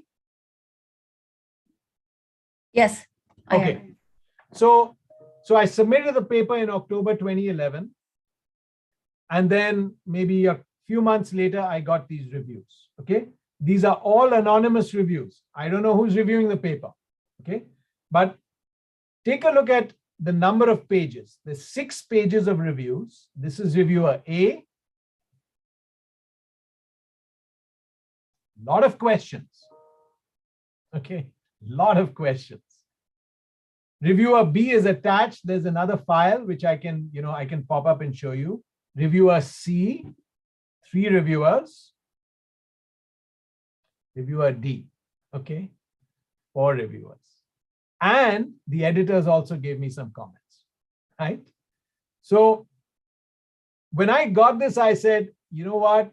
Of course, I'm very grateful that they said revise and resubmit because it gives me a chance to make the case to improve the paper. But what was the most impressive to me about this is look at the feedback. This is amazing. I mean, these people have really read the paper, you know, they're asking all kinds of questions, right? And if I can respond, it gave me confidence that if I can respond to all of these, right? And wherever necessary, I can improve the paper is going to be a really good paper at the end of this process. Because now it's not just one mind, it's 6 minds working on it, right? So I'll give you some examples. So let's see, I don't have time to show you my responses, but you see how this report is 6 pages long. There's another page from the other reviewer. It's about 7 pages. I responded to each one of these comments. I either said, thank you, you're right. we've made these changes, or your understanding of the assumptions is not our understanding. This is how we understand them. So we are not going to make any changes, etc. Right? So let me just give you some examples. Let's see, why are the results presented in this section? So it turns out in the literature review section, we talked a little bit about the results in our paper. Why are they presented in this section? Maybe you want to move them to the results section. Okay, easy. Just cut out that text, modify the language a little so it flows smoothly, and move all the stuff to the discussion section, right? So this was very easy to do. I just wrote a reply saying, thank you. We have moved this material into the discussion section, right? I count 5 5-year observations. If I've read the paper correctly, you're dealing with 7, not 8 observations per residency. I think they may have been right. I said, thank you for catching that error. We've changed, 8 to 7, and we've revised the manuscript accordingly, right? So basically, blow by blow by blow by blow, you respond to every single one of these comments, right? And then you resubmit the paper. Here, so I think that the mortality toll and percentage of population mentioned on page 11 should be mentioned already on page 10. Okay, we'll move it from page 11 to page 10, right? You put a little arrow saying thank you, we've moved it to page 10, right? So it's fairly mechanistic. You look at each comment, you say, can I easily change it? Sometimes, even if you don't care, right? My approach is, these reviewers have spent time thinking about it. Sometimes I may not even understand the full reasons why they are suggesting something, but if it doesn't change the results of my paper and it doesn't change the story I'm telling, I'll make the change. I don't care, I'm still telling the same story, and now the reviewer's happy. All good. Everybody's happy, right? So everybody has their own approach, but you asked me to show you the review, so this is the kind of review I got. And because of this review, I will always consider this journal to be a really good and thoughtful journal. I know that when I submit my research to this journal, Population Studies, I know what kind of feedback I'm going to get. And I know that even if they reject my paper, even if they reject it, I'm going to get a whole lot of advice from good people. These are good scholars. I don't know who they are, but I know they're good. And I know they read your stuff carefully. I'm going to get a whole lot of advice on how to make my research better. And so when I submit the paper to another journal, maybe even a higher ranked journal, right? At the end of the day, I'm going to have a publication in a good journal. It's going to be higher quality research than what I originally did. And it's going to help my brand as a researcher. So it's all good. This is a good journal. I would recommend Population Studies if you're doing any work in demography.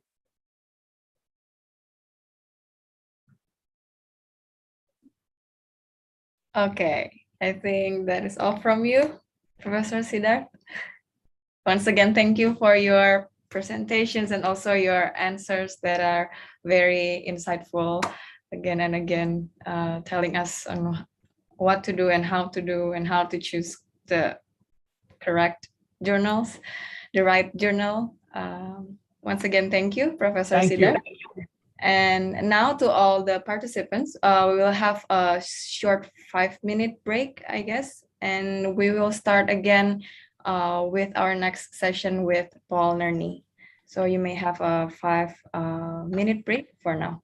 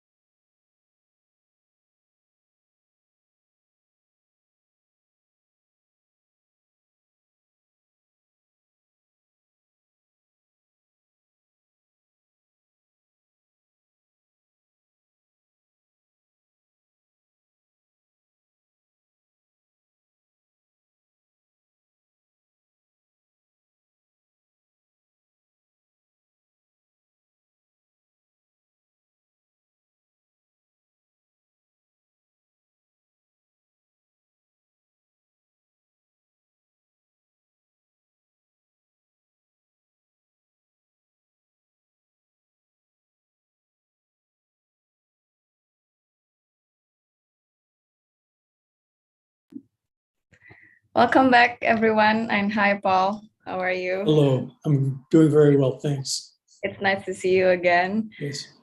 And now, everyone, we will immediately start our second session for today. Paul Narni here will discuss a topic on techniques for redrafting research paper introductions. And without further ado, I think I will now pass the floor to you, Paul. Thank you, Connie. Okay, well, first of all, good evening to everybody, and very happy to be here with you. I hope the workshop has been good for you so far. I'm just going to now share my screen and get that up.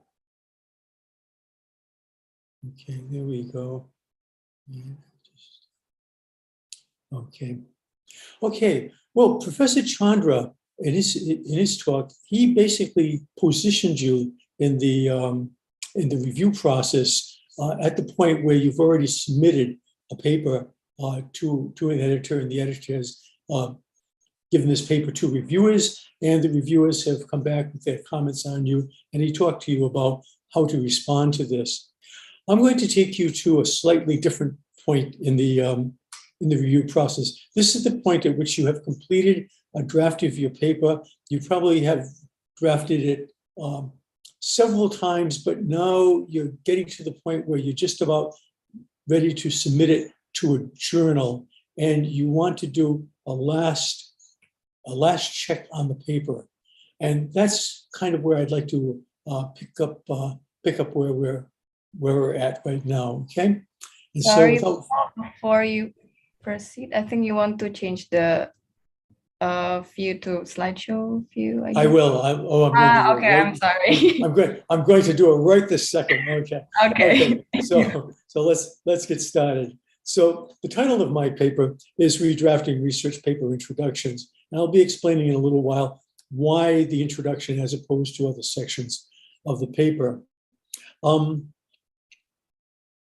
so without further ado, I've organized the talk this way. I have an introduction here, and I'm going to spend some time really talking about redrafting per se and what it involves, because in reading your papers, and it's not just your papers, but it is papers in general in these workshops that we do, I get the idea that people don't really actually have a clear idea as to what they're doing with redrafting. Oftentimes in talking to participants in our workshops,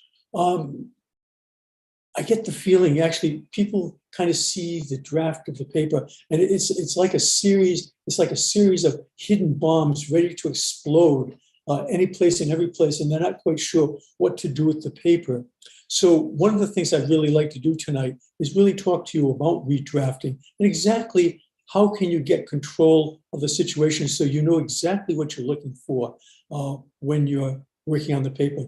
Unfortunately, I don't have time to go through all the sections of the paper with you, but I will be dealing with the introduction again for reasons that I'm going to mention earlier. So once I finish what I have to say about redrafting, I'd like to get to very specific redrafting strategies for introductions. I'd like to look at literature review. I'd like to look at the creation of a statement, or the revision rather of a statement of research topics, likewise the research gap, the research answer, and then finally organizational forecast. Very, very short conclusion. I have references there if you want. And then of course, If you have questions, I'd be happy to talk to you about those questions.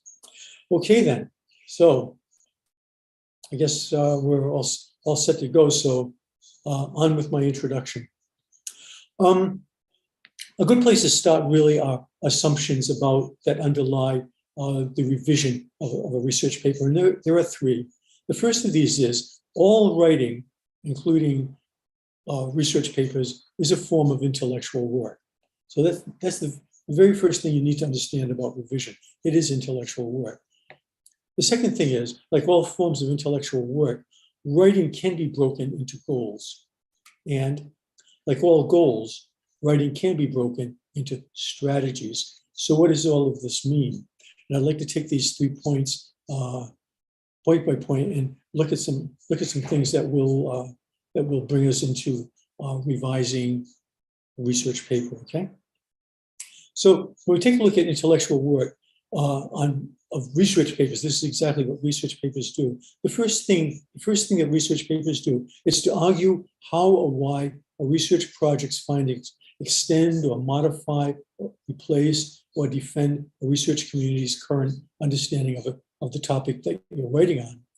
The second thing is to distribute the project's findings and arguments through print or through digital means, sometimes both, in a 5,000 to 10,000 word paper. And who are these findings and arguments going to? Well, it's definitely the research community of which you're a part.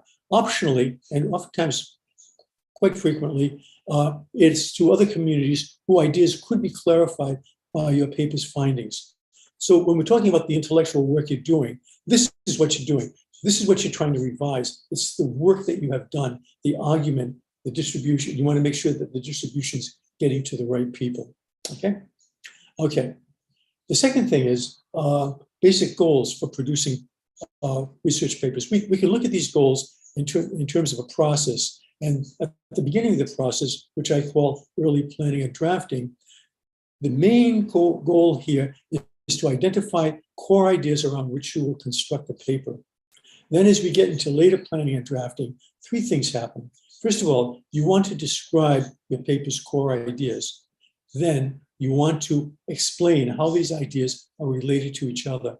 And then finally, you're going to interpret how these relationships lead to a new understanding, or maybe sometimes new understandings of your research topic. Finally, we get to redrafting, and that's, of course, what we're going to be talking about tonight, is you're going to change any descriptions, any explanations, any interpretations of core ideas that do not lead to a new, clear, coherent, comprehensive understanding of your topic. So that's the goal. Those are the goals. And we're going to be focusing on this last set of goals, the redrafting goals. Okay? Okay. So now each goal, each redrafting goal has a particular set of strategies attached to it. And these strategies are really designed to meet these various goals that that you're trying to achieve. Okay, but they do have, all these goals have three features in them that are the same. And the first of these is it's review. So you're going to be reviewing sections by questioning whether a section has been constructed around the kind of core ideas that readers conventionally expect a section to provide. The second thing there is, and it's whether or not these core ideas have been organized to carry out conventionally expected rhetorical functions. So one of the things we have to look at here then is the whole notion of core idea and the whole notion of rhetorical function to get an idea of what is it we're even looking at when we want to revise a paper. But the first thing is you have to see it. You have to be able to review the paper to see what the core ideas are, to see what the rhetorical functions are, to see whether these core ideas have been woven together in a way that will carry out the rhetorical functions. Then, when you've done that, you need to make decisions. So you need to decide if and how the core ideas in each section need to be, well, possibly just left unchanged. You don't have to change anything. It's saying what it should say. It's doing what it should do. But in most cases, what we need to really be doing is modifying the language of these core ideas and their organizational features in order to achieve greater clarity, conciseness, coherence, and so forth. We may also have to consider deleting some core ideas, because in actual fact, as we write the paper, as we get a deeper understanding of what it is we're doing in the paper, that we realize these core ideas are not related, or maybe they're kind of related, but frankly, they're not particularly relevant to your paper's purpose. Deletion. And then finally, of course, we need to consider, well, maybe we need to be adding in more core ideas in order to articulate new insights more clearly and stuff.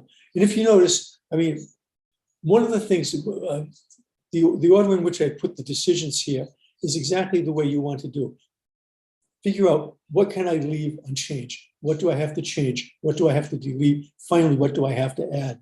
I mean, this is probably, I find actually working with the people that I work with, both people who are professional researchers and people who are just beginning their careers, that if you follow kind of this order, then it helps you to focus on what really needs to be done. Okay, so something to think about there. And then finally, of course, you do the actual redrafting of the section of the paper based on your decisions, which is based on your review. Okay, something to remember.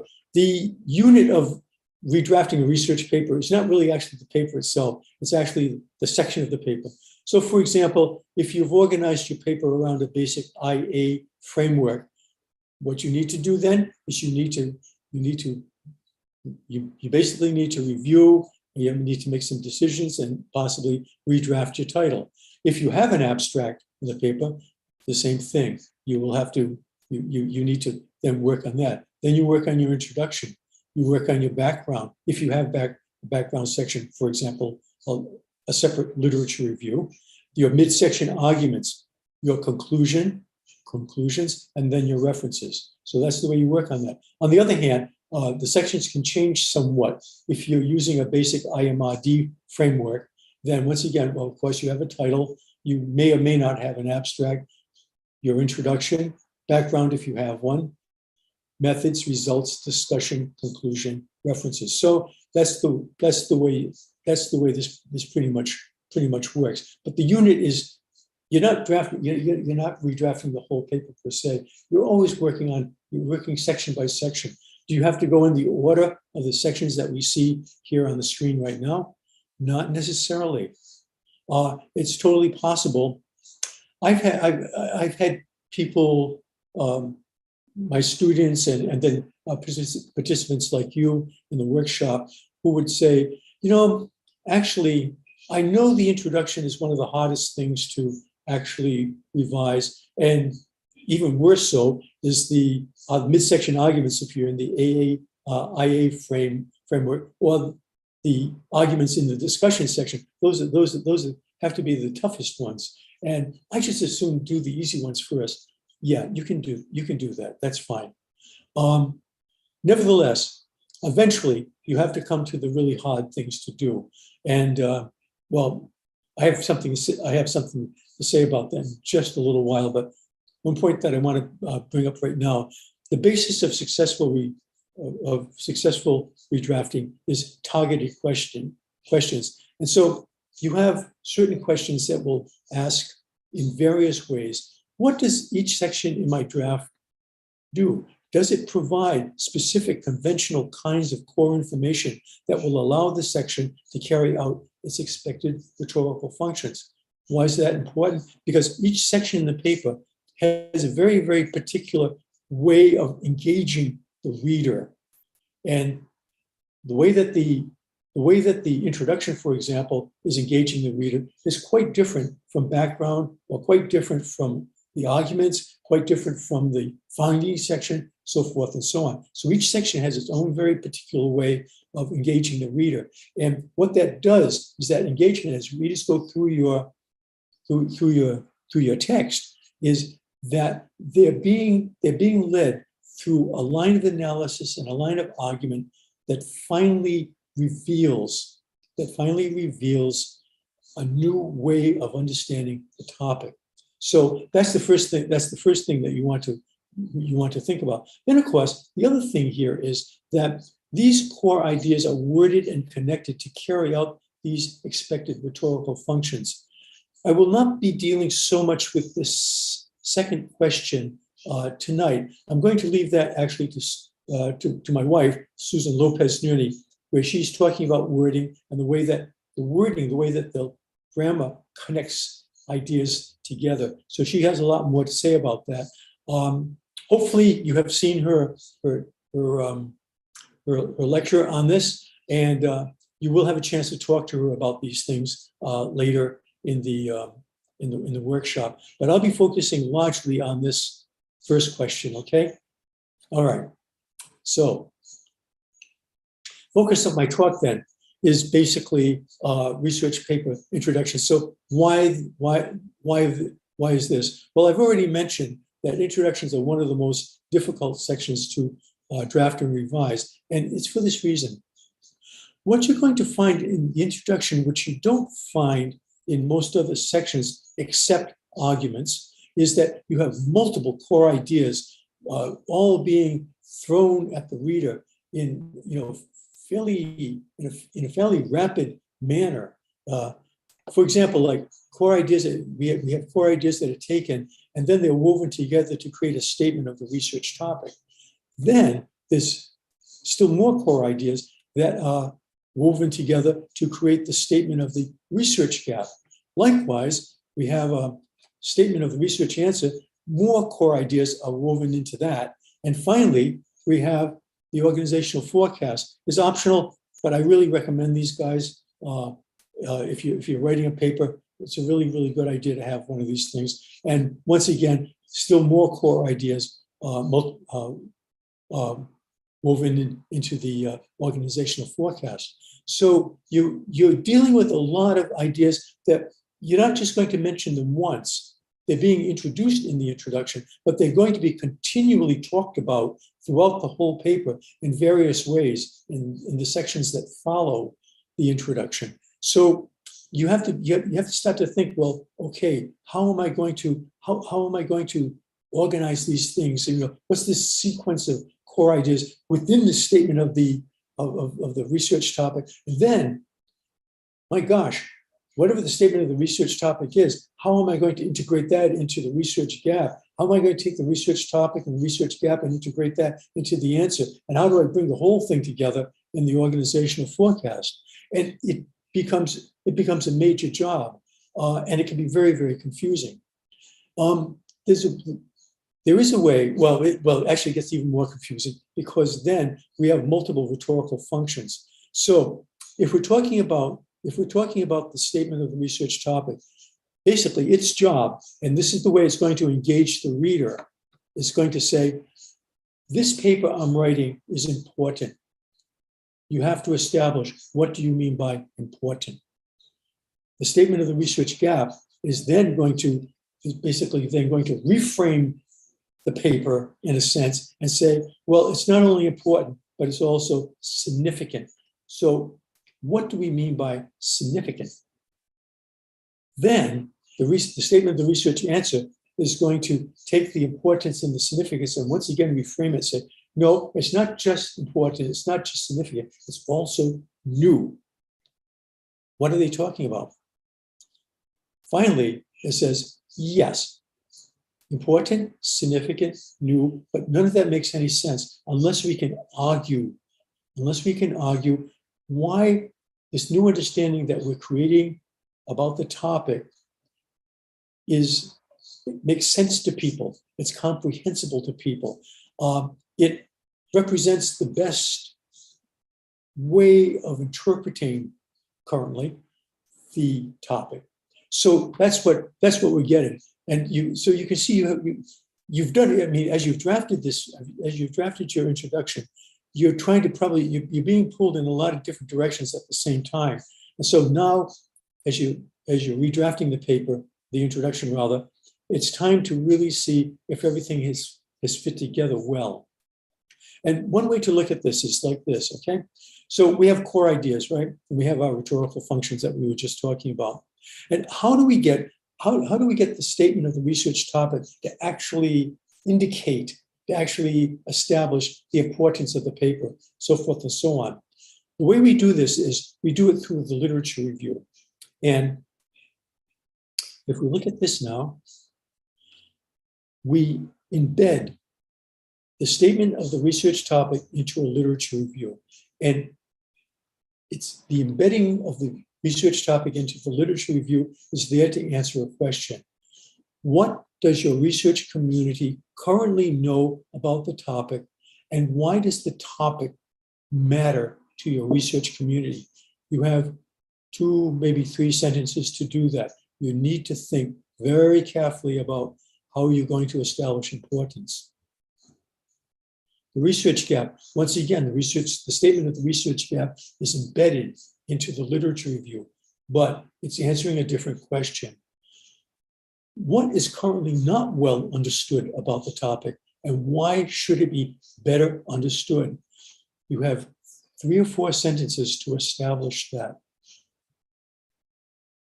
Research answer, statement of the research answer. Sometimes this is embedded into a literature review, sometimes it's not. But I think for most of the papers I've seen you guys writing, you probably will be doing this, okay? So you need to think about this question. What new understanding of the topic has emerged from my main research results? And in what sense is that new? Finally, the organizational forecast. Okay, at this point, we need to establish the research paper as having arguable ideas. What points must be argued so that the new understanding is comprehensible? So this is what you're doing. You need to make sure that you have embedded the topic, the gap, the answer, and the topic, the gap, and the answer into a literature review, so that you can then basically set up an organizational forecast that is going to highlight, is going to foreground points that need to absolutely be argued in the paper. Otherwise, once again, your line of analysis and the whole line of argument will hold together. Okay, so that's what we're working on there. Now I want to get to some specific redrafting strategies. I hope you've got a kind of a picture of what it is that you need to do when you're redrafting, and more specifically when you're redrafting the introduction. Now, before we go on to that, I just want to say just a quick word to basically emphasize what I was talking about before. I think the introduction is really the key to really redrafting the paper well. Okay, because you've introduced most of the core ideas that are going to be discussed throughout the paper, and you need to get them in. Your idea is to identify the core ideas and to give your readers a quick overview as to what that core idea is about, and to give them a quick interview as to how the core ideas come together, how they're related with each other, without actually explaining it in detail, and certainly without trying to interpret it much, and certainly without trying to argue it yet. Those interpretation and argument, that happens later on in the paper. And some of you do have the tendency to want to, start analyzing and arguing in the introduction. So I want you to kind of back off away from that. Okay, I want you to think about redrafting strategies that are going to introduce and basically imply, if not state, what the ideas are, and the way they connect together, so that we get a particular understanding, a new understanding of the topic. Okay. Continuing then. Okay, first thing, I think you can see that the literature review is probably the key to making the introduction work. So we're going to go through a series of strategies that always begin with a question. In fact, some of the strategies have 2 or 3 questions in them. So let's start with the research, your literature review first. And the question goes like this. Does the introduction review selected studies that are current? And when I say current, I mean that your literature review, whether it's in the topic, whether it's in the gap, whether it's in the answer, will always provide a very brief summary of what your research community's latest understanding of the topic is. It's always kind of aimed at that. Also, the selected studies need to be related. And what I mean by related is they need to directly focus on your topic. All right? And finally, they need to be relevant. And I'm using the word relevancy here to refer to work that basically brings together brings your readers together through your research community's current understanding to what's poorly understood about the topic, to what's to a new understanding. So you're trying to select a set of studies that will really show the readers, very, very clearly, well, here's what we understand, here's what we don't understand, here's a new understanding that helps us to describe and explain things better, right? So that's what you want to do. One thing to note here, and so, again, some of the papers that we're looking at here do have this problem.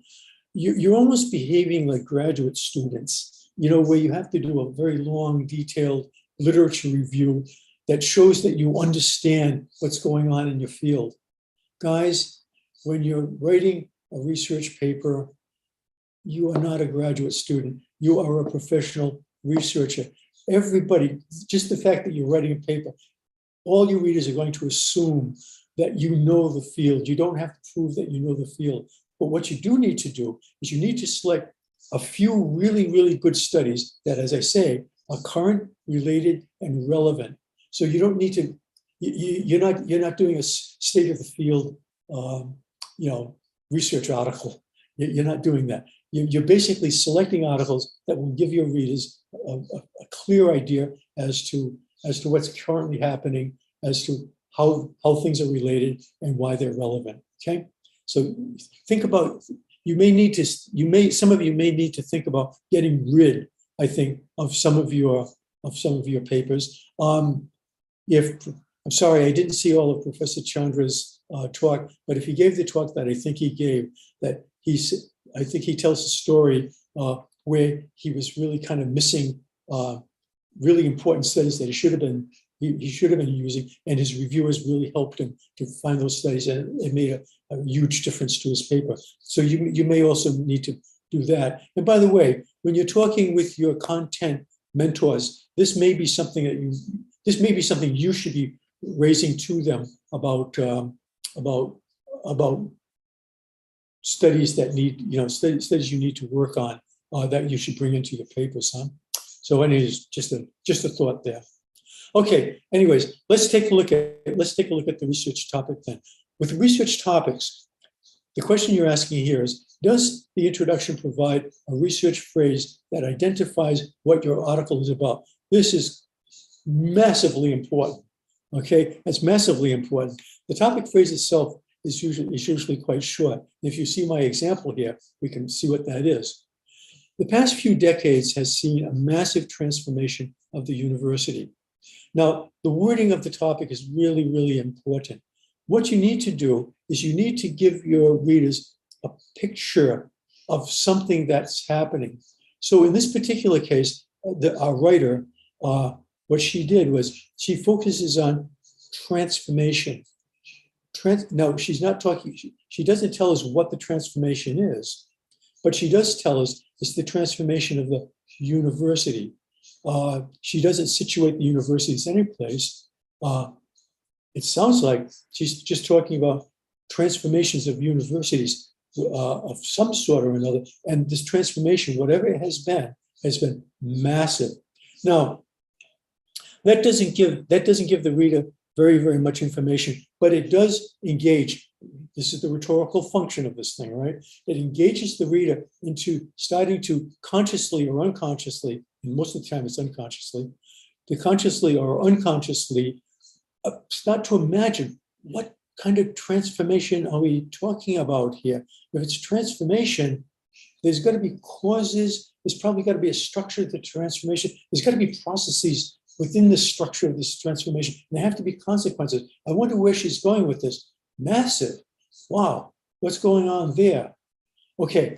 And you start to get your reader to start to imagine all kinds of things that could be happening. And then, of course, what you're going to do is you're going to take that topic phrase, and you're going to start to break it down into more and more specific things as the introduction progresses, right? So think about the wording. Think about the wording of your topic phrase. If you don't have a topic phrase, then you need to get one, okay? Okay, now, does the introduction integrate the topic phrase into a literature review that frames the paper as important? Now, when I'm talking about important, I'm talking about something very, very specific here. It's the fact that you can see through your literature review, of course, that other researchers regard the topic as a matter of concern. They are writing about it. They have certain kinds of opinions about it. And whatever their opinion is, though, they see the topic as connected to other topics. And this connection is potentially affecting the quality of human life in some way, directly or indirectly. It's doing that. So let's see how our writer does that. I want you to pay special attention to the blue text that you're seeing on the screen here. You'll also notice that the blue text, the literature review of the topic, is introducing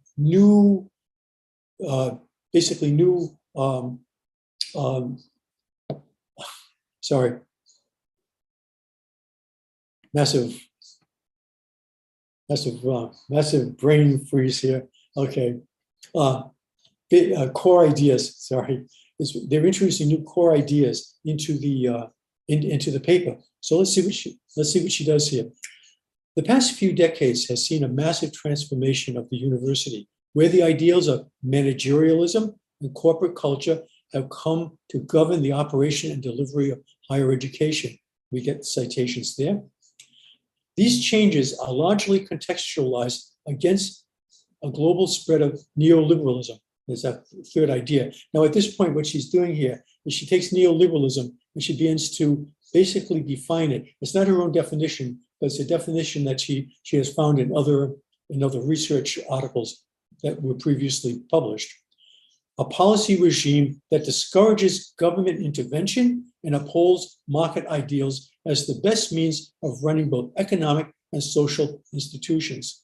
So very, very neatly and sweetly here, you see she's beginning to shape our idea of what's involved in the transformation of the university. Well, it's got something to do with managerialism. That's probably some kind of condition that's setting things up. That's corporate culture that's setting things up.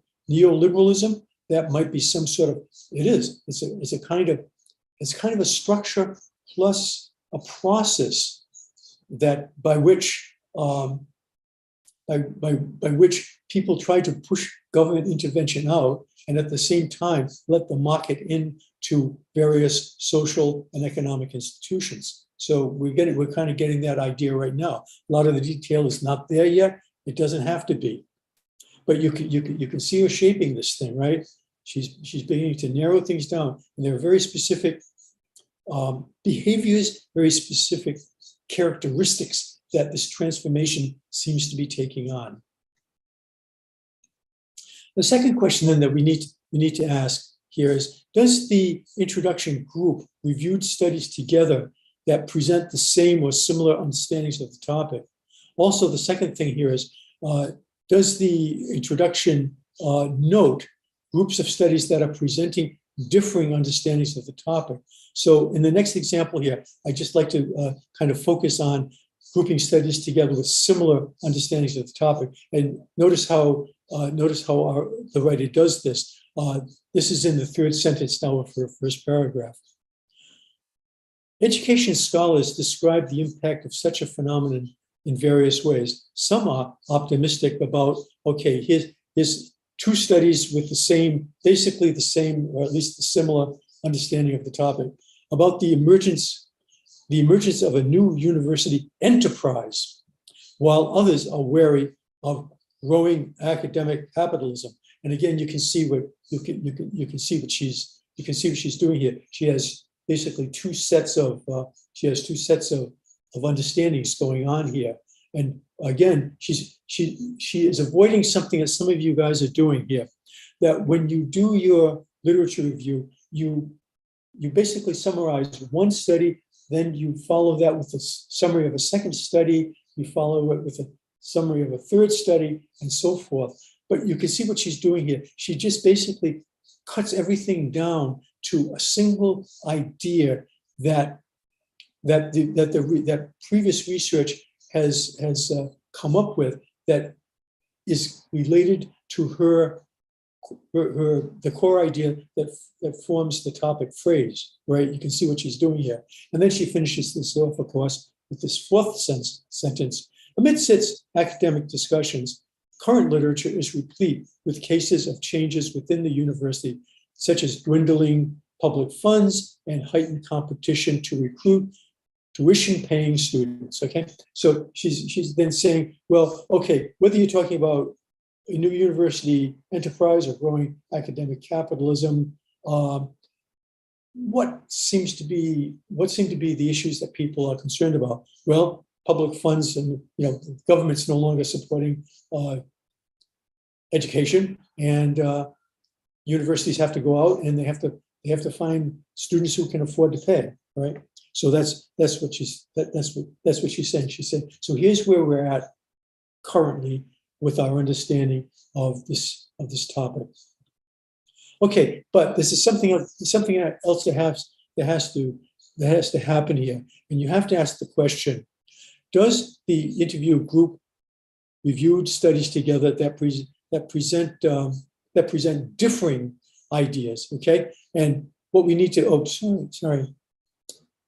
I see what I did. Okay, here we need to see an example of noting groups of studies with differing understandings. And notice what she does. She does it with two words. In those sentences I just read, she says, there are some who are optimistic about the emergence of a new university. In other words, they approve of neoliberal principles of managerialism, essentially, that are going on there. And there are other people who are worried about this. They're wary of growing academic capitalism. And so what she's basically telling us in so many words, with those two words, is there are differing competing understandings, opposing understandings within my research community. And we can see this is why this is going to be important, because people think it's important and they're not agreeing on it, right? This is how she manages to establish the idea of importance in her paper. Okay, there are other ways of doing this, and we don't have time to go through all of them. But you kind of get the idea of what I'm doing here. It's important because other people are talking about it, right? And they're concerned about it. They're going into things very deeply, right? Okay. Research gap, then. Let's take a look at that. First question you need to ask about the research gap then is, does the introduction provide a research gap with three kinds of information? The first one is a bridge. The second is what I'm going to call a knowledge-based problem. And finally, a research question. So let's take a look at the bridge first. Now, the bridge is a sentence, or it's a part of a sentence, signaling the introduction is moving from the topic to the gap. Some of you guys are not doing this. It's really, really, really hard to see exactly what you are talking about. But it's really, I think it's a fairly simple thing to do. And if you haven't done it, make sure that your introduction does this. Put a bridge, between the research topic and the gap. Here's an example right here. So this is the second paragraph of the paper that we're looking at here. And our writer says, yet, despite this growing literature, existing studies tend to be situated within wealthy nations. So you can see that she's already starting to create a gap here. Now, as my notation shows here, there is then a review that goes on for a while, and then the rest of the paper starts to continue. We won't deal with that. I'll deal with that in just a second. Okay. But the bridge, it's a very, very short bridge, but it really helps readers to say, okay, we're not talking about what it is that the research community understands. We're now talking about something that's poorly understood. So, and that it's really, it helps people when you kind of switch you switch them from one frame to another frame. Okay. Okay, so let's take a look at the knowledge-based problem. Now, this is a sentence. I should have actually said it could be sentence, several sentences, or part of a sentence that identifies something as poorly understood about the research topic. So once again, we see the bridge there, yet despite this growing literature, so forth and so on. And then she goes on to review these existing studies that are situated within wealthy nations. At the end of that, she says, yet, few theories of higher education have sought to define the diverse forms that this market can take, and how its effects are felt in particular ways within certain contexts. So you can see here that she's basically bringing up a knowledge-based problem. And notice what she's done here. She's not saying that previous studies have done a lousy job, or that the people who've done these studies, have not, they're not thinking things through. She's not saying that at all. She's just saying this is something that we haven't done before. In fact, she's probably saying, and if she does it right, she will say that basically, based on previous studies, I can see something that other people haven't seen, but it's only because they did the work before I did it. It's because of their work, I can do something. If they hadn't done their work, I wouldn't have been able to come up with this knowledge-based problem. Okay, so we've got that knowledge-based problem in there. Now, knowledge-based problems tend to be quite wide, and they have to be narrowed down to something that you can handle in a 5,000 to 10,000 word paper. And so that becomes the job of the research question. And let's take a look at that. All right. So our research question then is a sentence or part of a sentence that poses a question of analysis. Questions of analysis begin with how and why. Some of you guys, what you're doing is you're not posing questions of analysis. You're posing questions of fact. You're posing questions like of what, or you're posing questions of who. You're posing questions of when, where, and so forth and so on. And those questions were very, very important to ask as you were carrying out your research project. You had to get a sense of what the topic was about. And so you had to collect questions, you had to collect facts that would allow you to then ask a question of how or why. But you have to remember that the whole paper is going to be built around a single, by the way, notice what I've just said there, a single question of analysis that will allow you to ask how or why is something so? How or why did something happen, right? So you need to be able to do that. You also need to be very, very careful, because some of you are asking multiple why questions or how questions. In other words, you multiple questions of analysis, and that's fine. But ultimately, if you're going to write a 5,000 to 10,000 word paper, you're going to have to be able to focus just on one question. Basically, you can't handle 2 or 3 questions in a paper that is only 5,000 to 10,000 words. So of course that becomes the second thing here. Make sure the question has to identify. It's going to identify an aspect of the gap that can be comprehensively explained within the word limit of a paper. Okay, of research papers. Okay, so you need to do that. So here's what our writer has done. You see it in the green here. So we get her. We get the bridge. Yet, despite this growing literature, we get the knowledge-based problem. Few papers have sought to define all the diverse forms the market can take. They have yet to describe how these effects are felt in particular ways in different contexts. And then she tells us, it remains unclear as to how market-driven policies and structures shape higher education on a global scale, especially in the case of developing nations. Now, two things have happened here in this question. When the writer set up her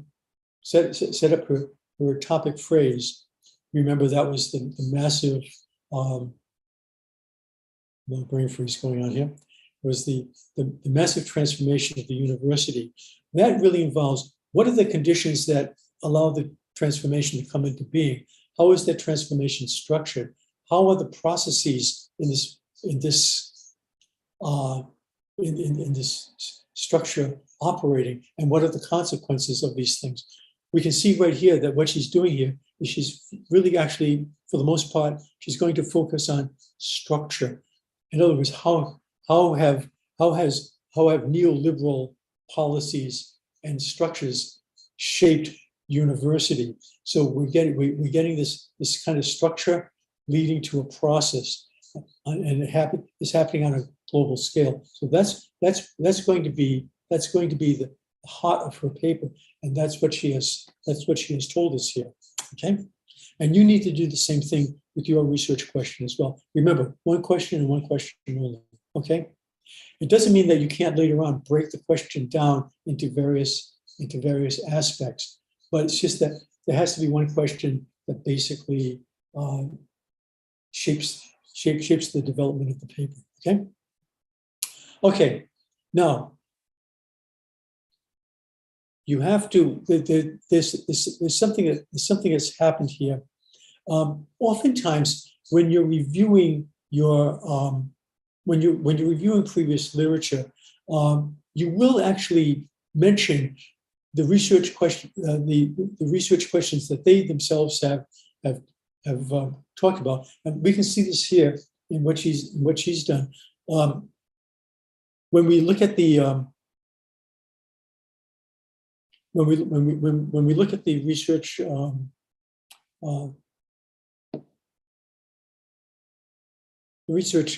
sorry, the brain freeze.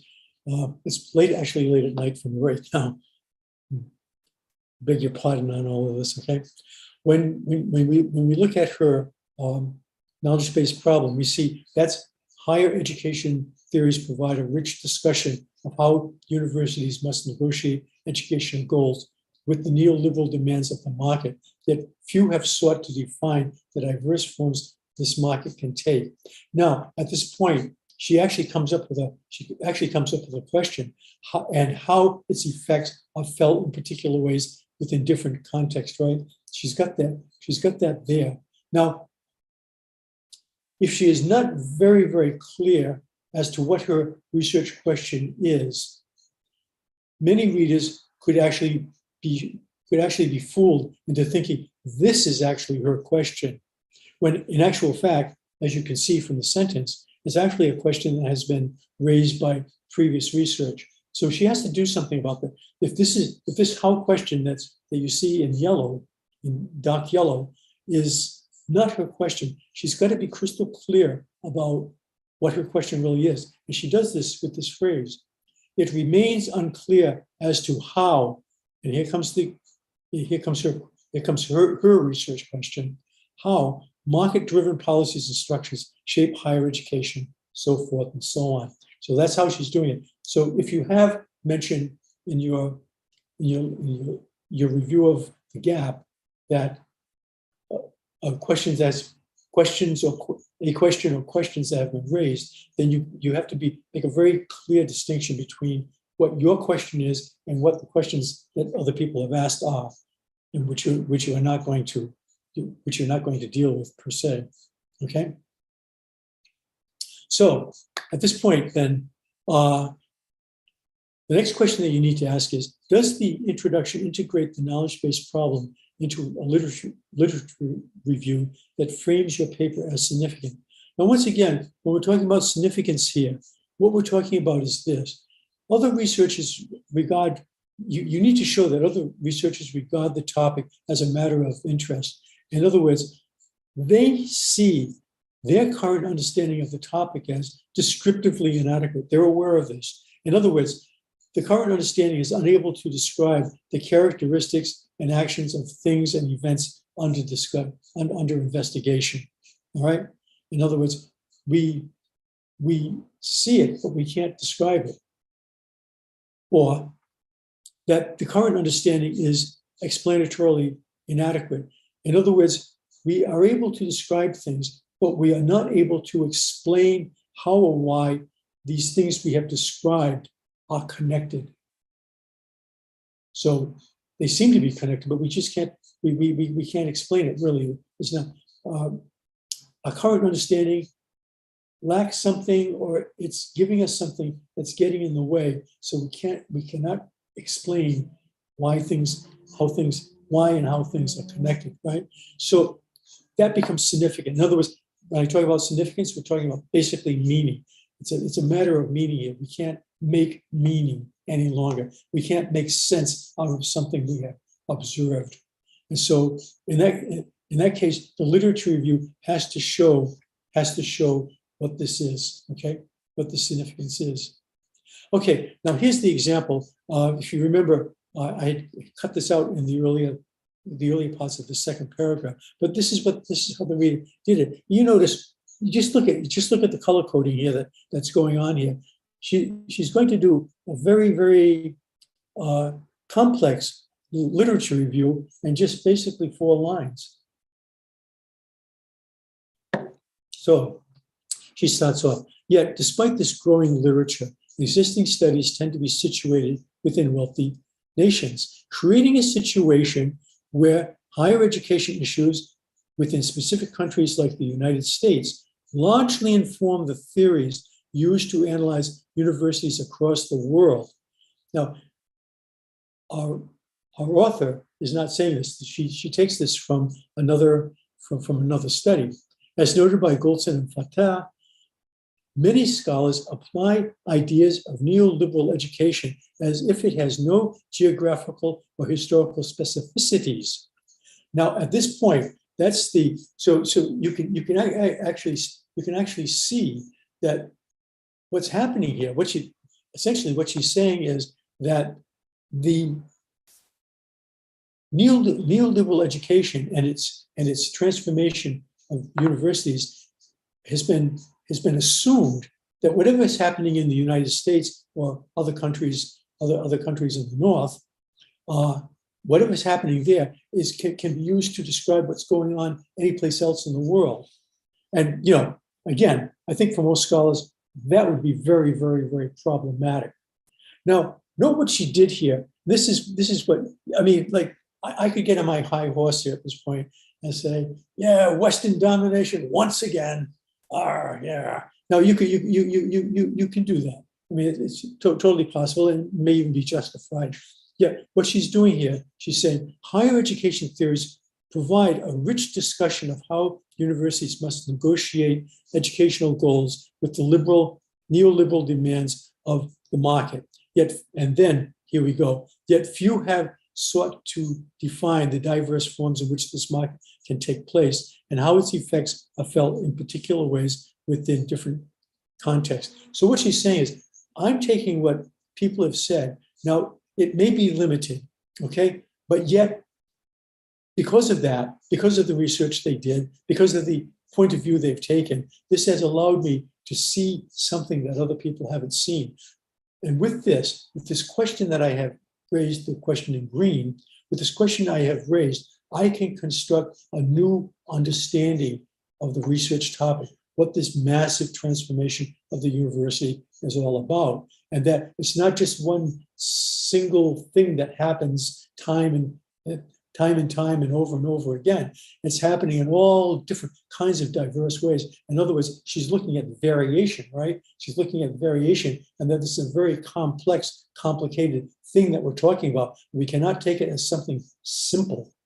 That's everything that she's saying right there, right? I mean, she's not saying it the way I've said it, but that's exactly what's going on. So she's engaging her readers. She's rhetorically speaking, she's engaging the readers into a problem that's important a problem that is very significant because we have an oversimplified picture of what's going on in the world, and that's not good. Oversimplified pictures are never good. Research answer then. Does the introduction provide a research answer with two kinds of information, a bridge and a summary of main research results? Once again, the bridge here is, as you probably can guess now, is basically moving your readers from the gap to the research answer, right? And we have an example here, very, very simple. In this article, I demonstrate. Well, it's basically, you say something like that, then you're basically saying, I'm about to discuss the answer that I found. Okay, namely, the summary of the main research results. So let's take a look at that. And as you can probably guess here, that the main research results are presenting new findings that extend, modify, replace, or defend your community's current understanding of the research topic, right? So that's what they're doing there. And once again, here's an example of a multi-point summary of research findings. So let's take a look at this. The summary, of course, is happening in purple. I've also now just included the. There's a little bit. She has a little bit of. Of literature review going on here. Not too much. She's using it mostly to just expand on certain points she wants to make. Okay, but notice she's keeping this quite short and quite succinct.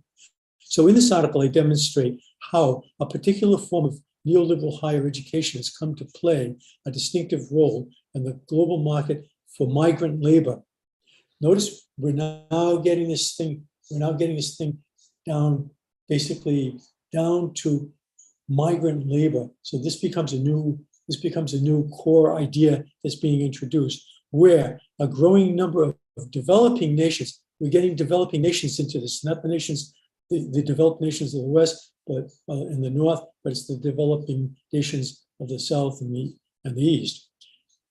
Growing number of developing nations actively train citizens for overseas work in order to maximize future monetary remittances. And again, this fellow named DeHaas is the one who's saying this. So she said, I'm not making this stuff up. Somebody's actually already looked at this, but it's never been necessarily linked to neoliberal higher education. The second point is this here, and I think she means in this study, but I'm not sure, to be honest. Local colleges and universities adopt market strategies in the hopes of addressing the needs of foreign employers by altering programs, offering, and curriculum in line with labor demands beyond borders. So this is her second point. This basically is what she's going to be. This basically is what she has found, right? These are basically her findings. So the first thing is neoliberal education has come to play a distinctive role. It's not like what previous researchers talked about in the West. It's what's basically what I'm finding in the global market, where some countries are actually producing people to work overseas in other countries, right? So that's basically what she's talking about. She's narrowed this thing down, and then she begins to say, local universities and cultures, they actually adapt market strategies that will actually make this happen, and they alter programs and they offer curriculum so that they can meet this labor demand beyond their own borders, right?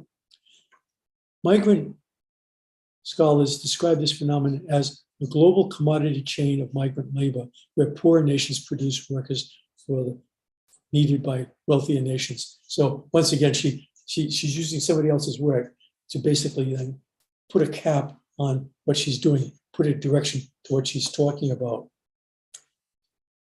Okay, let's get to the organizational forecast then. Well, organizational forecasts preview the sections after the introduction that are noted here in green. So if you have a IA paper, then basically if you have background information, your organizational forecast needs to talk about that. Of course, there's your midsection arguments and conclusion. Likewise, with the IMRD paper, background, methods, results, discussion, conclusion. But the thing to remember here is that what the organizational forecast in a research paper really does, it's really to highlight the things that have, the ideas that have, the core ideas that have to be argued, that have to be explained before readers are going to be willing to accept this new understanding that you're trying to come up with in your paper. And so, okay, I basically just said that, okay? I got ahead of myself. So the organizational forecast in an IA paper, this is what I want to look at, because well, first of all, this is what this writer has done. And this is actually what many of you are doing as well. So I kind of went with this. The question you have to ask is, does the introduction provide an organizational forecast with three kinds of information? Once again, our bridge, a summary of the main points to be argued, and what I'm going to call as concluding takeaways. So we'll see what she does here. Now, her bridge here in her particular paper is, I locate my study in the Philippines, one of the largest labor exporting nations in the world. And she goes on to talk about that. And you can see a little bit of the paper there. You notice that, and this is what's a little bit different about this one here. The bridge actually continues. We've been looking at bridges that at the beginning of a part of the introduction, but they can also be used inside a section of the introduction as well. And here's an example of this. In particular, I discuss, and later on she'll be talking about in this paper, I argue, or something close to that. So she's using bridges within the organizational forecast as well. Okay, so just note that. And you notice, okay, well, let's get on here. Now we have the summary of the main points to be argued. Now what this does is it identifies, as I said, core ideas that must be explained with evidence before the readers can be expected to accept them as true. And the other thing that it might do is sometimes you're not just identifying the core ideas that will have to be explained, but you're actually you may also be identifying explanations that must be justified with evidence before readers can be expected to accept a particular explanation as more preferable to an alternative explanation. Some of you have papers where you'll be simply doing the first thing here, where you're simply identifying core ideas that need to be explained with evidence. Okay. Some of you are doing papers where you're not so much focused on the core ideas, but you're focused on the explanations of how these core ideas are connected. And because there's a competing explanation, you're going to have to justify why your explanation is preferable to earlier explanations that have come out. Okay. Okay. So if we take a look at this, we see something like this. I locate my paper in the Philippines, one of the largest labor exporting countries in the world, and so forth and so on. In particular, I discuss, now here's what she's discussing here, how the country's mostly private colleges and universities attempt to produce graduates for export by imposing an ideal notion of flexibility. Okay, so flexibility is becoming a core idea that's going to be discussed throughout the paper. And she's going to start telling us different things about flexibility. These are the things about flexibility that need to be argued. Okay, so I'll just start with sentence 4.3 here, which says, flexibility emphasizes a company's ability to cater to multiple consumer demands and adjust to unexpected change in a global market, supposedly ensuring long-term sustainability in the face of increasing competition. Okay, so that basically becomes what she's doing there. She makes a second point here then. I argue that in a similar way, the migrant labor commodity chain encourages such flexibility from Philippine higher education pushing school administrators to predict labor gaps in other countries quickly shifting resources to programs that produce the right type of worker at the right time. You can see here, she's basically saying at this point, this is what I need to prove to you, that flexibility is based on these things, and this is exactly how flexibility works. If I fail to do this, you can throw my paper away.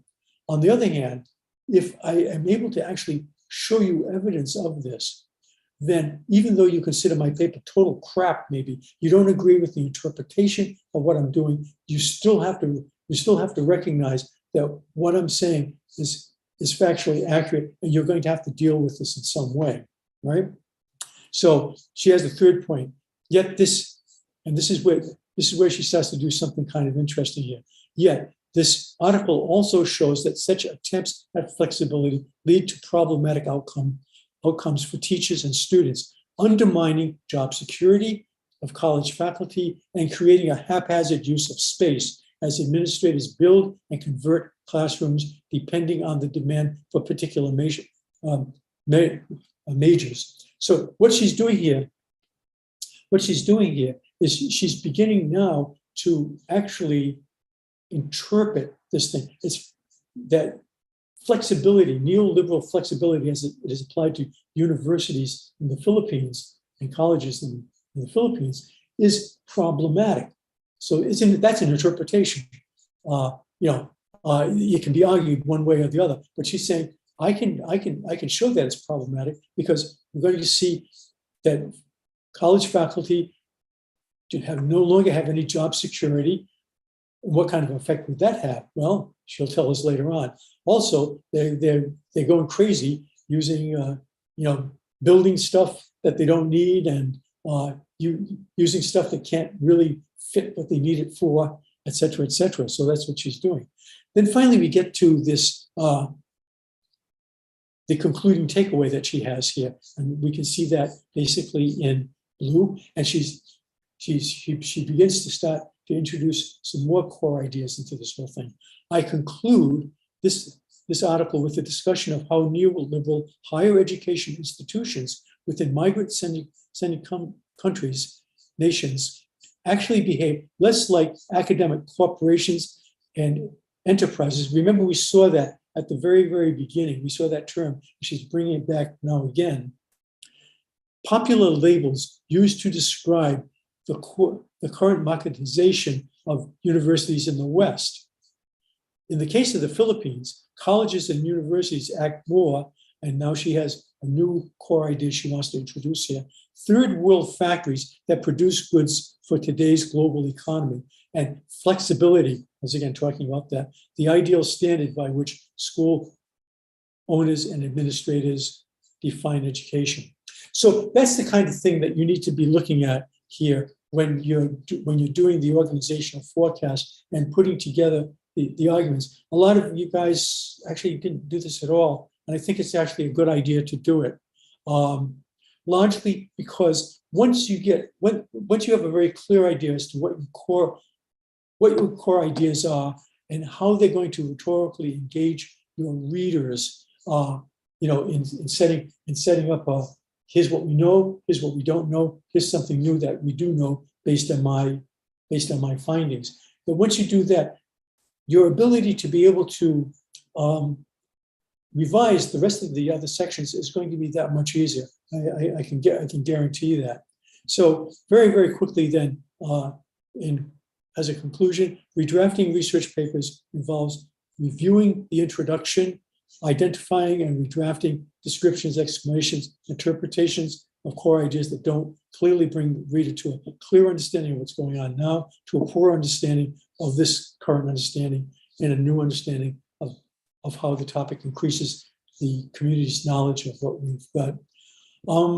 My references are here. I love the Laughlin's stuff, Analyzing Social Settings, a guide to qualitative observation and analysis. I have kind of an older book. I think they're in the 6th edition now. The person whose paper we've been looking at, her name is Yasmin Ortega.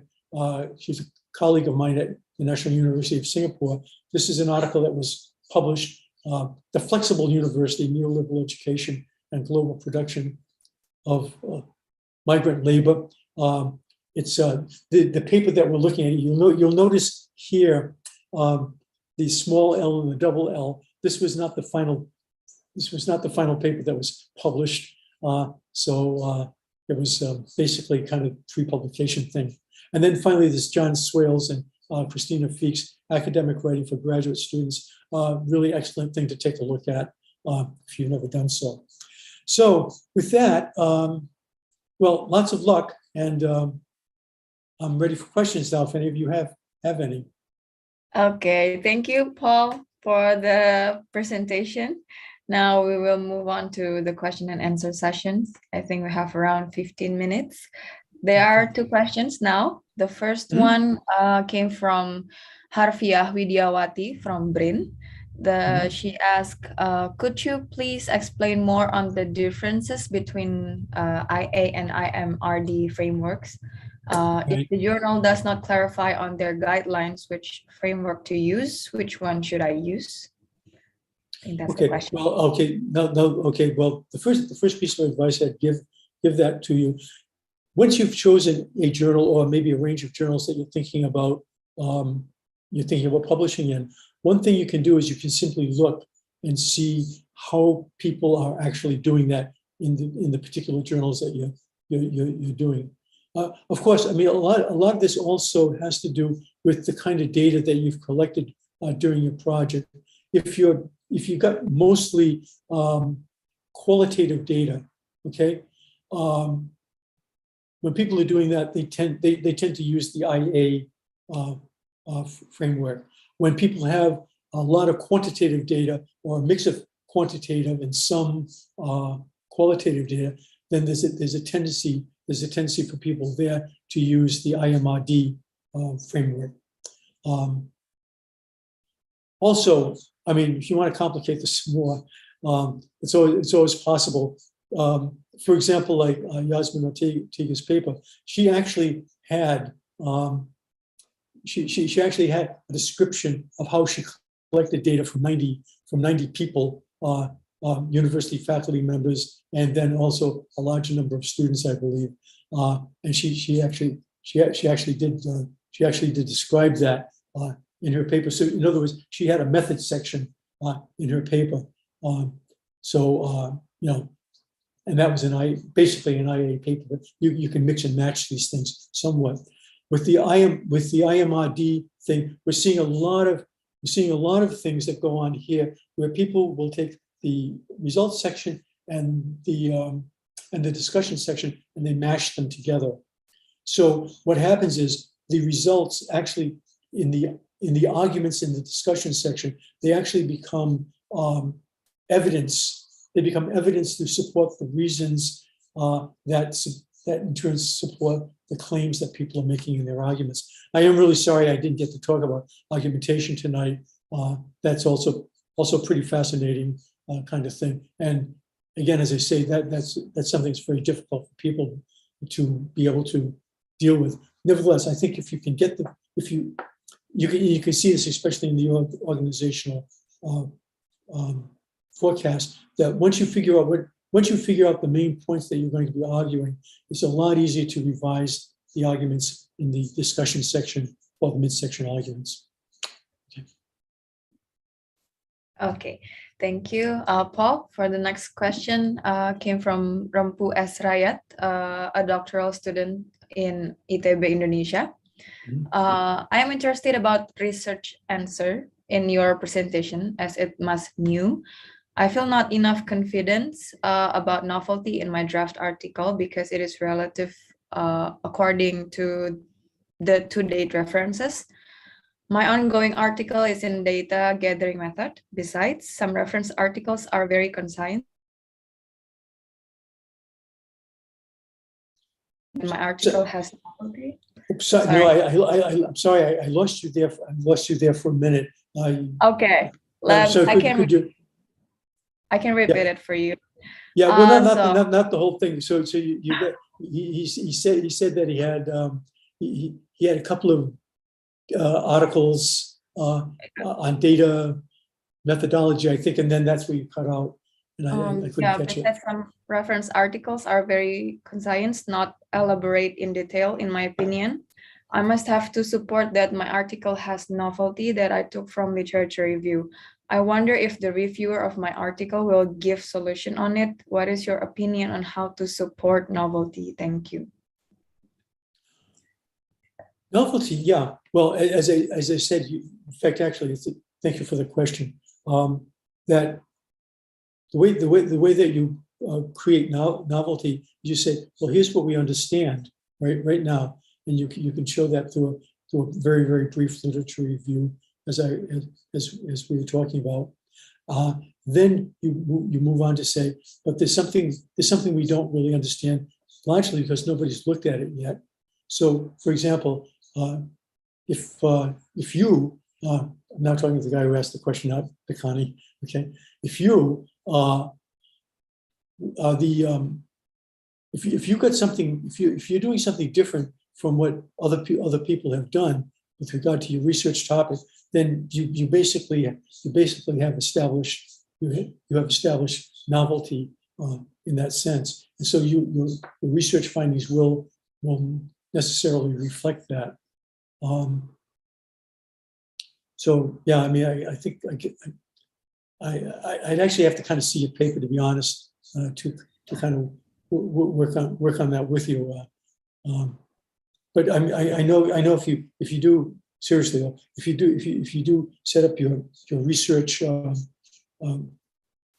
papers introduction the way that I've described that. And by the way, it's a very conventional way of doing it, whether you're in the life sciences, whether you're in the physical sciences, whether you're in the social sciences, or even the arts and humanities. Pretty much everybody sets up their introduction that way. So you will show novelty.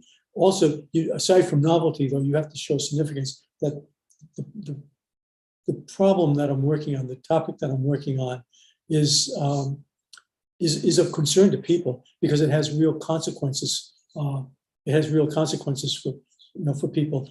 If we have a knowledge-based problem, then that means my community is in ignorance, basically, and it's not good for a research community to be ignorant, especially if they can do something about it. So that creates significance that way. The other thing about significance, and you could see where Yasmin Ortega was going with this thing.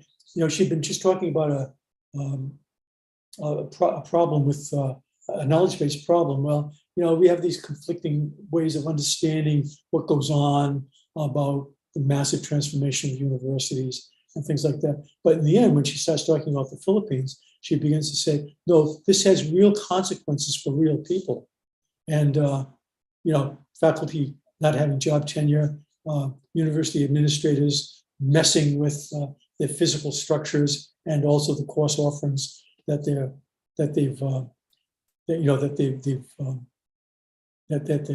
coming up with for their students. And of course, she doesn't tell us what the problems are. That'll all be argued later on in the midsections of the paper, but no, that's where it is. So you can see what you're doing what you don't want to do in the introduction is to try to explain, you know, write the whole paper and put it into the introduction. You just want to indicate that there is a knowledge-based problem. There may attach to the knowledge-based problem, there may be a real practical problem that really affects people. You don't have to go into the details of those things, but later on, you do have to explain how the knowledge-based problem and the practical problem have come together to create a situation that needs to be changed. So, yeah, so. Okay, thank you. Only 2 questions tonight? There are new questions coming up. Oh, there are new questions coming up. 2 more questions for now, yeah. Okay, all right. The third one came from, I'm sorry if I pronounce it wrong, I think it's Beke Mama from Unibos Makassar. My question is how to ensure that I structure the research gap and the research question in suitable places in my introduction section of my article. Do it exactly the way I told it to you. Okay, there's a sequence. topic, gap. Now, the research question goes at the end of the gap, okay? Just the research, then the answer, then the organizational forecast, where you're highlighting the basically the points that are going to have to be explained or justified later on in the paper. That you just do it that way. It's and and again, if you were following the color coding there, you realize that that Yasmin is really not taking. She's not using up much space and much time, but she very carefully chose her language. And please take a look at Susan Lopez Nerney's article lectures, because she talks about the wording of things. She's worded those things very, very carefully, so she doesn't have to go into long explanations. In fact, I would say if you guys have like really long introductions right now, I would say that that's probably what's happening is you're searching for a topic, or you're searching for a gap, or you haven't completed you actually haven't completed your analysis of data yet, and you're searching for findings. In other words, an answer, and you're not quite sure about what you really want to argue. So you're kind of like going around and around things. And that's okay to do, but you just have to realize you can't send that off. You're going to have to sit down and make some very, very definite decisions. Remember, I was talking about the second thing you do when you're redrafting is, after review, you start to make some decisions about what you keep, what you change, what you chop, and what you add, right? So you need to make, and some of you guys are really going to have to make those decisions about that. But again, that's your decision. But once you do, then the order, the sequence of information is quite fixed. And make sure that you keep it short and sharp, okay? Okay. Yeah, All right. yeah. Thank you, Paul, for the next question. Came from Niputu Aryani from Universitas Ciputra Surabaya. Is there any restriction on how many previous theories we are able to mention related to our topic in the introduction to support our core idea? Is there any difference between qualitative and quantitative research in the introduction? Thank you for the answer, Prof. Paul Nerney. Right. Well, as far as rhetorically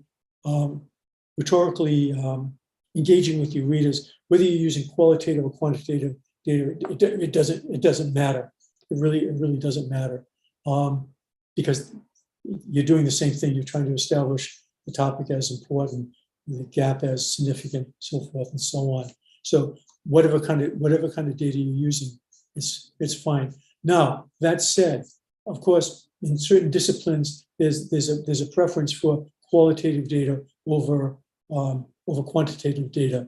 For example, people who are doing culture crit kinds of things, they prefer they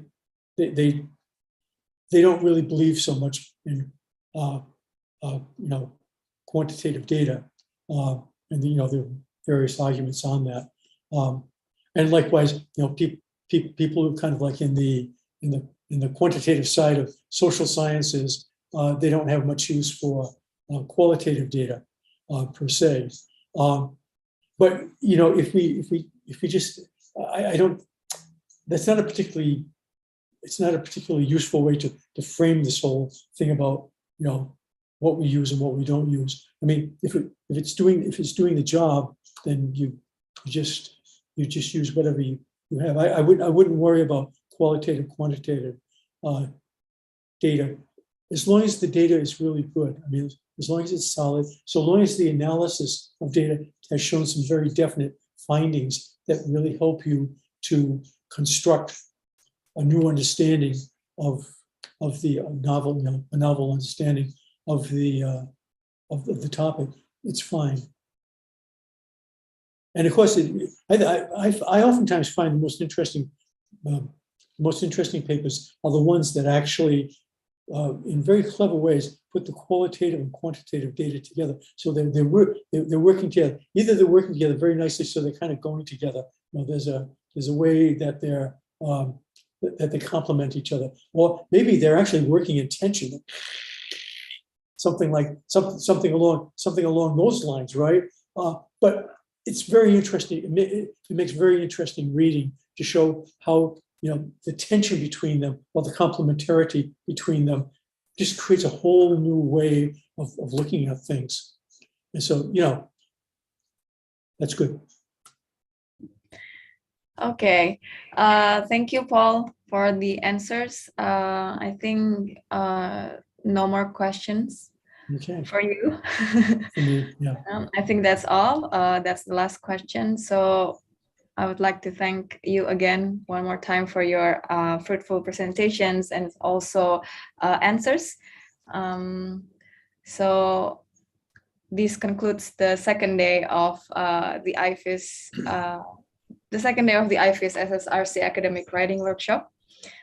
For those who are participating in the mentorship following this workshop, we strongly recommend you work to apply some of these techniques that Paul has explained to your papers before meeting with your mentor payers.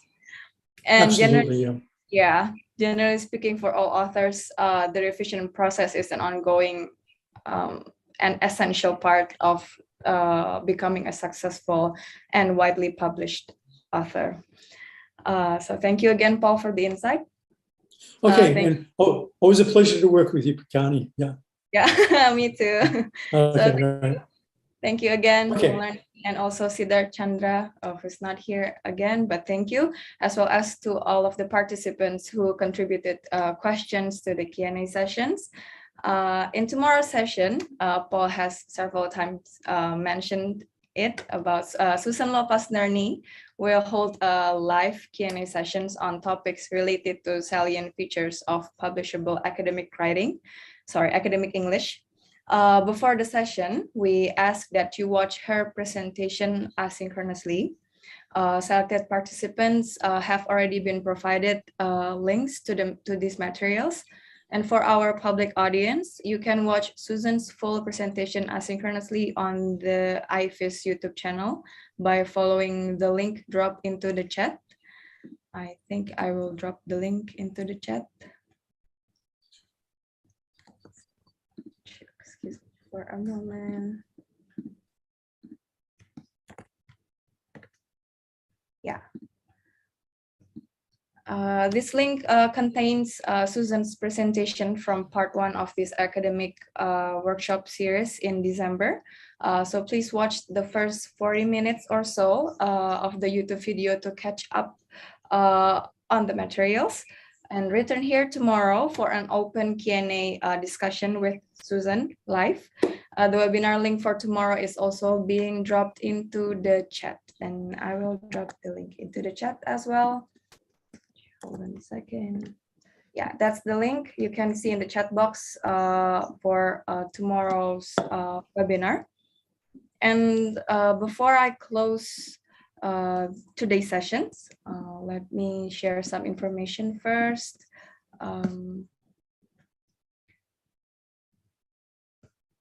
Yeah, so I would like to inform all participants here that IFIS, together with Michigan State University, will hold their second annual conference on Indonesian studies from June 21 to 25 this year, with the theme Emerging Discourses and Collaboration in a New Age. The abstract submission will be open until April 17, 2022.